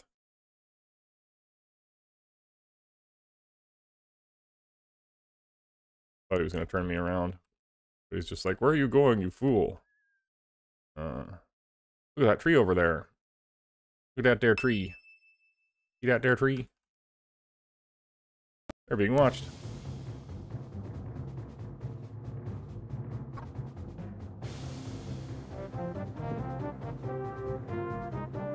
Evil Seek.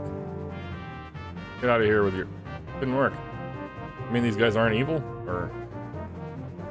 I'm able to miss that spell? I have no idea.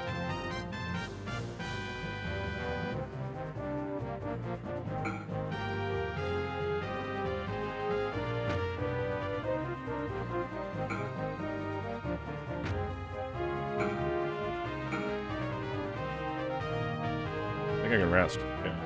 Good points.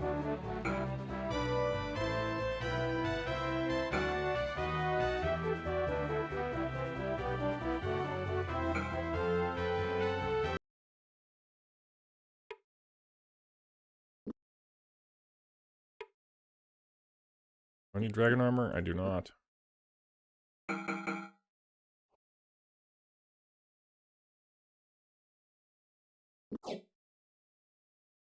Poison my blade. Poison the armor? No. I saw poisoned armor, but I'm not. Maybe that's one of these things that prevents poison.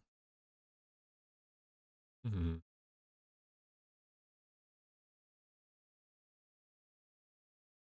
even give Owen any of this stuff.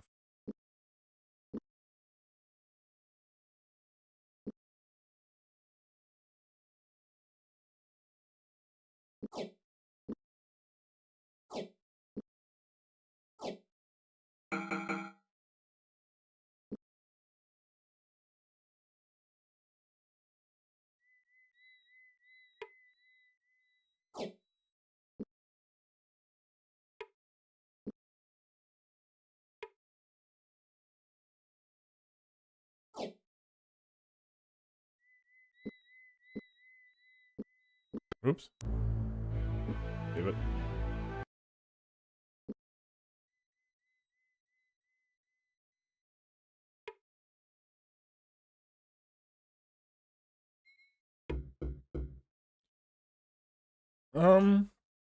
A man answered Owen's knock. His face was flushed, and there were beads of sweat on his brow that threatened to race down his face at any moment. He was breathing heavily. You've come about them, haven't you? He asked, wide-eyed. Well, after several minutes of careful probing, Owen was able to ascertain that the man believed he had released some evil spirits from a couple of local graveyards. The more he spoke of his dealings with the undead, the more frightened he became. Until at last, shivering violently, he closed the door and retreated back into the relative safety of his house. Is there a graveyard around here?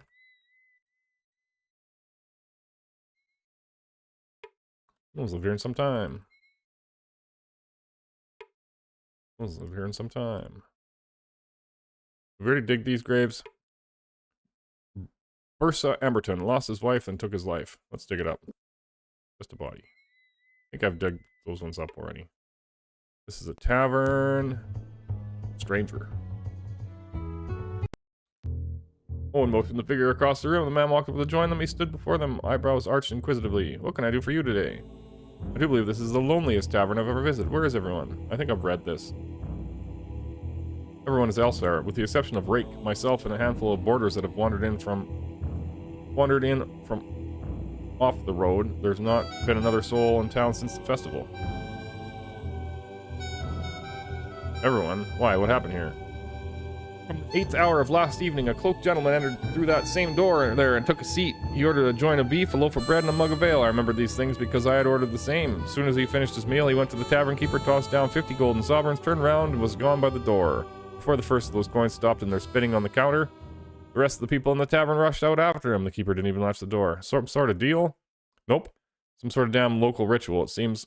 I arrived in the middle of a ceremony that was called the Festival of the Stranger. Traditionally, the elders of the town would gather in the tavern and draw lots, and the one with the longest lot was dubbed the Stranger.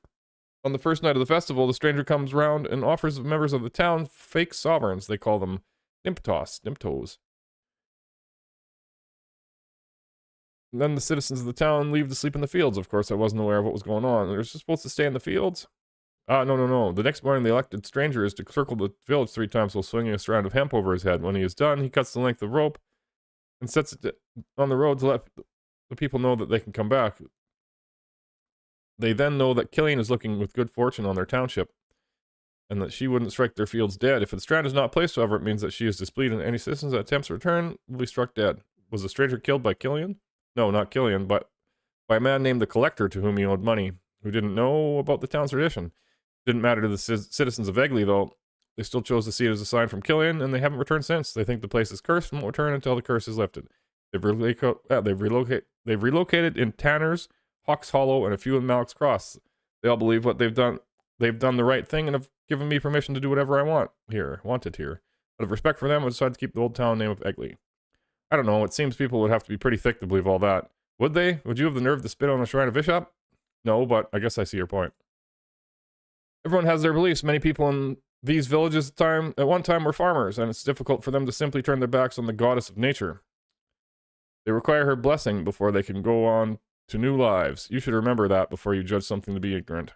So as my new job as bartender of this tavern, I suppose it's my duty to see if you need anything. Can I set you up?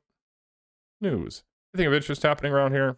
Seems business around here is picking up. We've already got the first new full-time resident, and he's mad as old King Roderick. Really? Why do you say that? I discovered him out in the graveyard climbing up a grave. He'd already broken into one of the coffins, but I guess the body had already decomposed because there wasn't anything inside the box. After I got him cleaned up, I took him to one of the houses and put him to bed. I'll need to check in on him later. If you'd like to pay him a visit, he's the last house on the right before you leave the town heading north. Thank you for your hospitality, Devon. It was a pleasant respite from traveling the roads. Remember the next time you talk to someone about Egley. Time to start some new rumors. Goodbye, Devon. I'll sleep.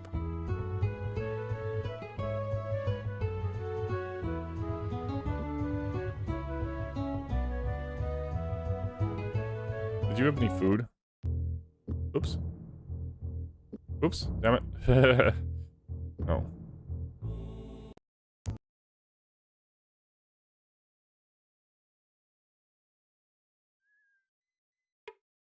No one's learned some time. Abandoned. Once lived here in some time. Well, I have a key to something here. Didn't try the shop. We take a shot at opening it. It's a very special key. Hey. Thankfully, his key had worked. Owen pushed the door open. Inside, they found a variety of objects, including an assortment of papers and ledgers. A writing table and a small bed. Stooping down to examine the papers more carefully, Owen saw that they were tax records of some kind. He also found several notes that had been signed Stellon. Search this room carefully, commanded Owen. We may find something we can use. Note. The mines of the Mac Borgollen Dock are hereby deeded to Medjukar Blackpatch and all wealth therein. A section of the caverns were sealed by a special door which may only open with this map, a magical spell having been put upon it. I don't know where those caves are.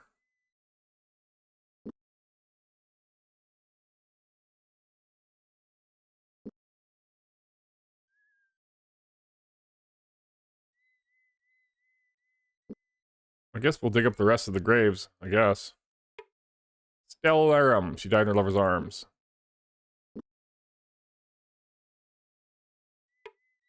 Melba Kane outlived her kids. Ghost.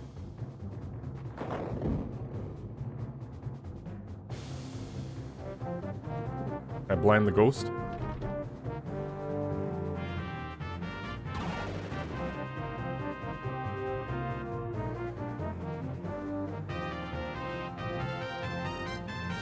Seems like it.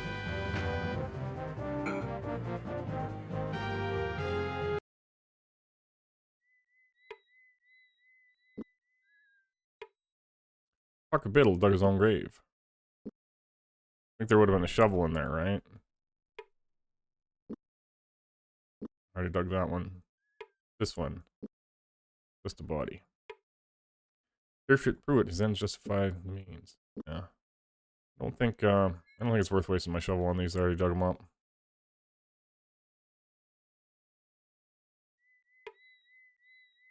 Go away, the man said.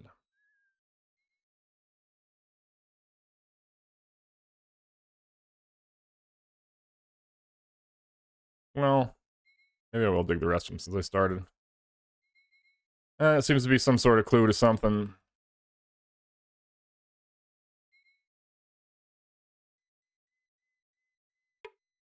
Dug that one. Warning, the fiend trapped beneath this stone is trapped by dirt, not by death. Stay away. One looked at the mound of dirt. He bent down and examined it more closely than stood, a disgusted look on his face. Someone has clawed this grave open. They didn't use tools. It appeared they dug it open with their bare hands. A wild animal, perhaps. Hungry wolves have been known to dig at shallow grades if the scent is strong enough. No, I'm afraid not. There is some dried blood in the dirt, and I found several human fingernails, no doubt lost as someone dug frantically on hard ground.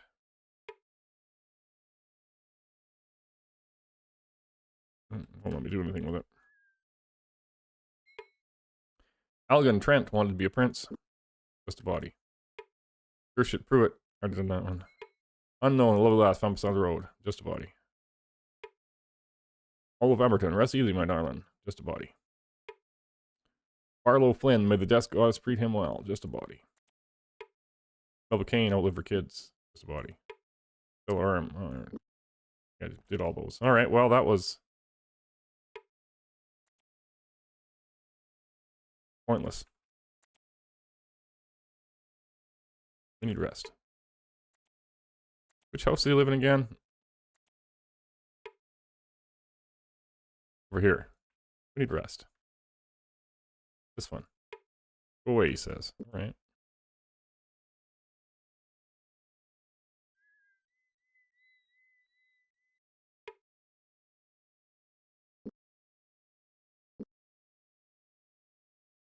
So we should go to Sarth or Melk's Cross.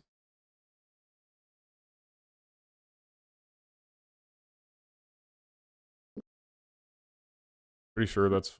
And then he said Abbott. I think that's at Melk's Cross.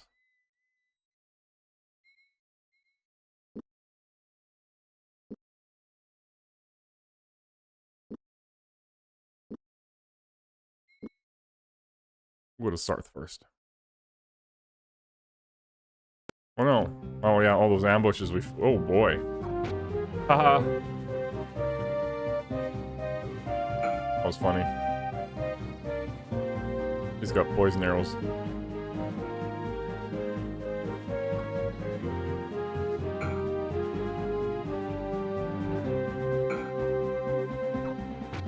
Ah, got him with the poison.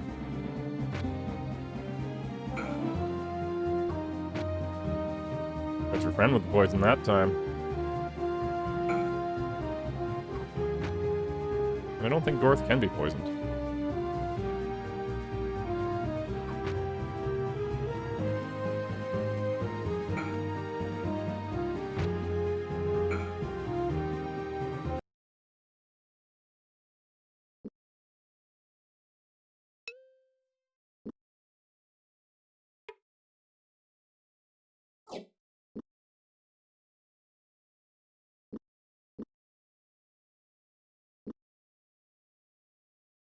Never did use the...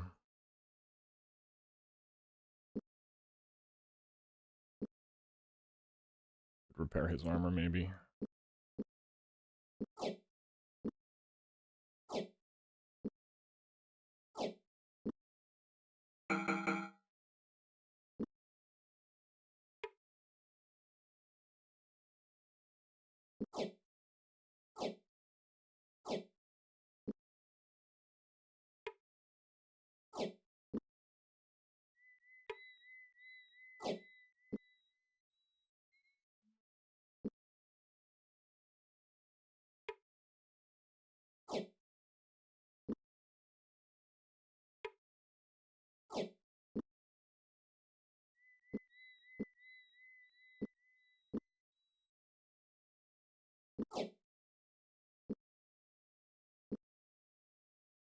There was like 3 ambushes we just walked through.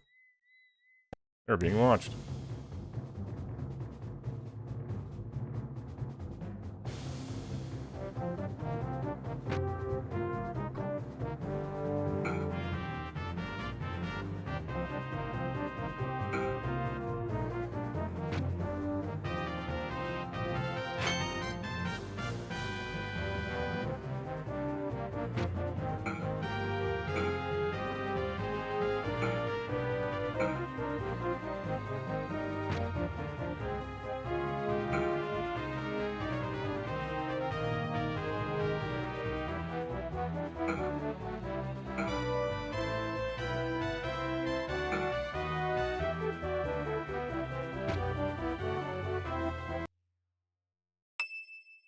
Earth defense has increased.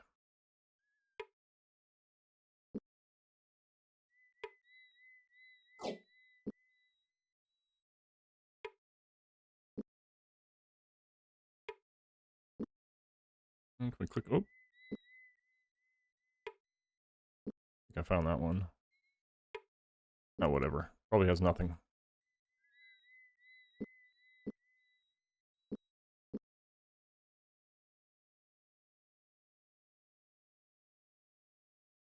Right, turn west, right?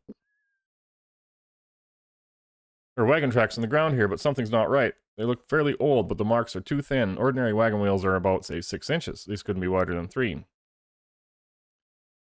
could be an ambush ahead. If we proceed in the direction we are currently heading, we should do so with great caution. Thanks, Gorth.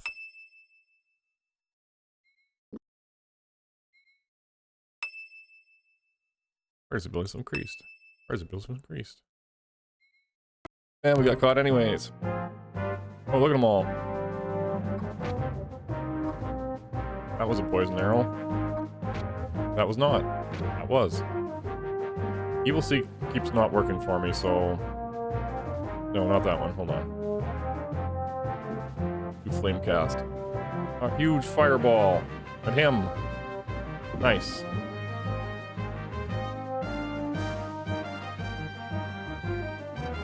Oops. I kind of wanted to stab a guy there.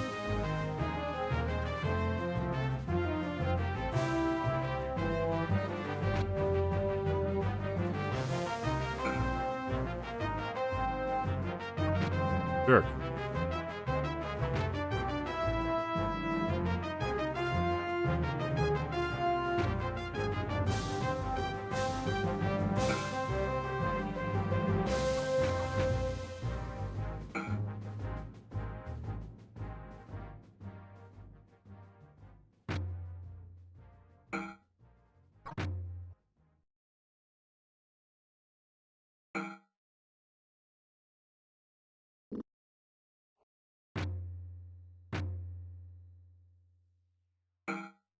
What?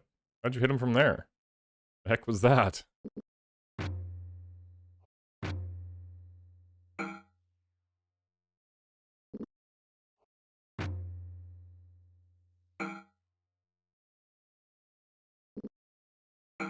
Boy.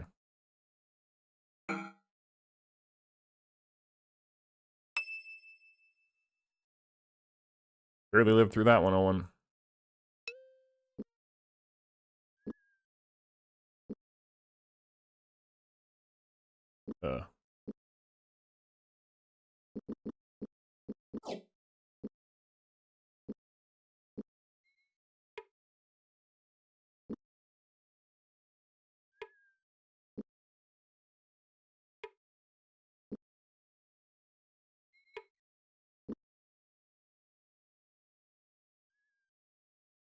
Hey, get out of there, kitty.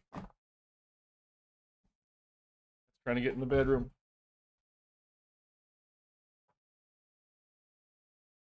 Already have a lightning staff. 100% armor? Sure.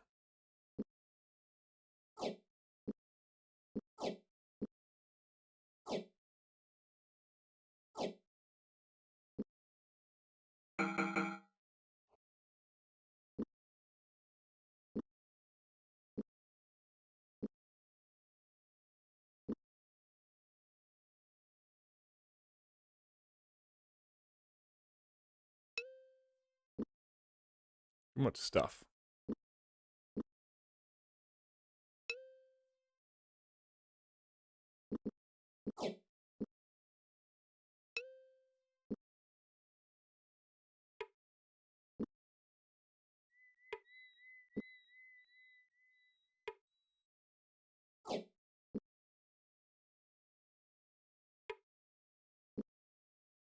Do I need any more? In 2 hours now. Don't need more elven arrows. How far are we from Sarth? Pretty far. Let's turn around and get some food at Krondor. And then we'll continue the stream tomorrow. Try to go to Sarth. And then if we can't find the book at Sarth, we'll go to Malak's Cross.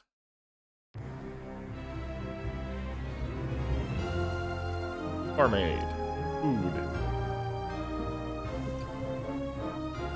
Isn't enough room for it.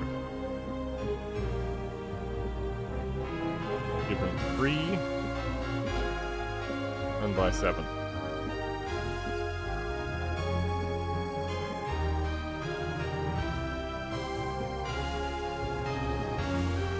And we can rest up full. Hard? Nope, they kicked me out.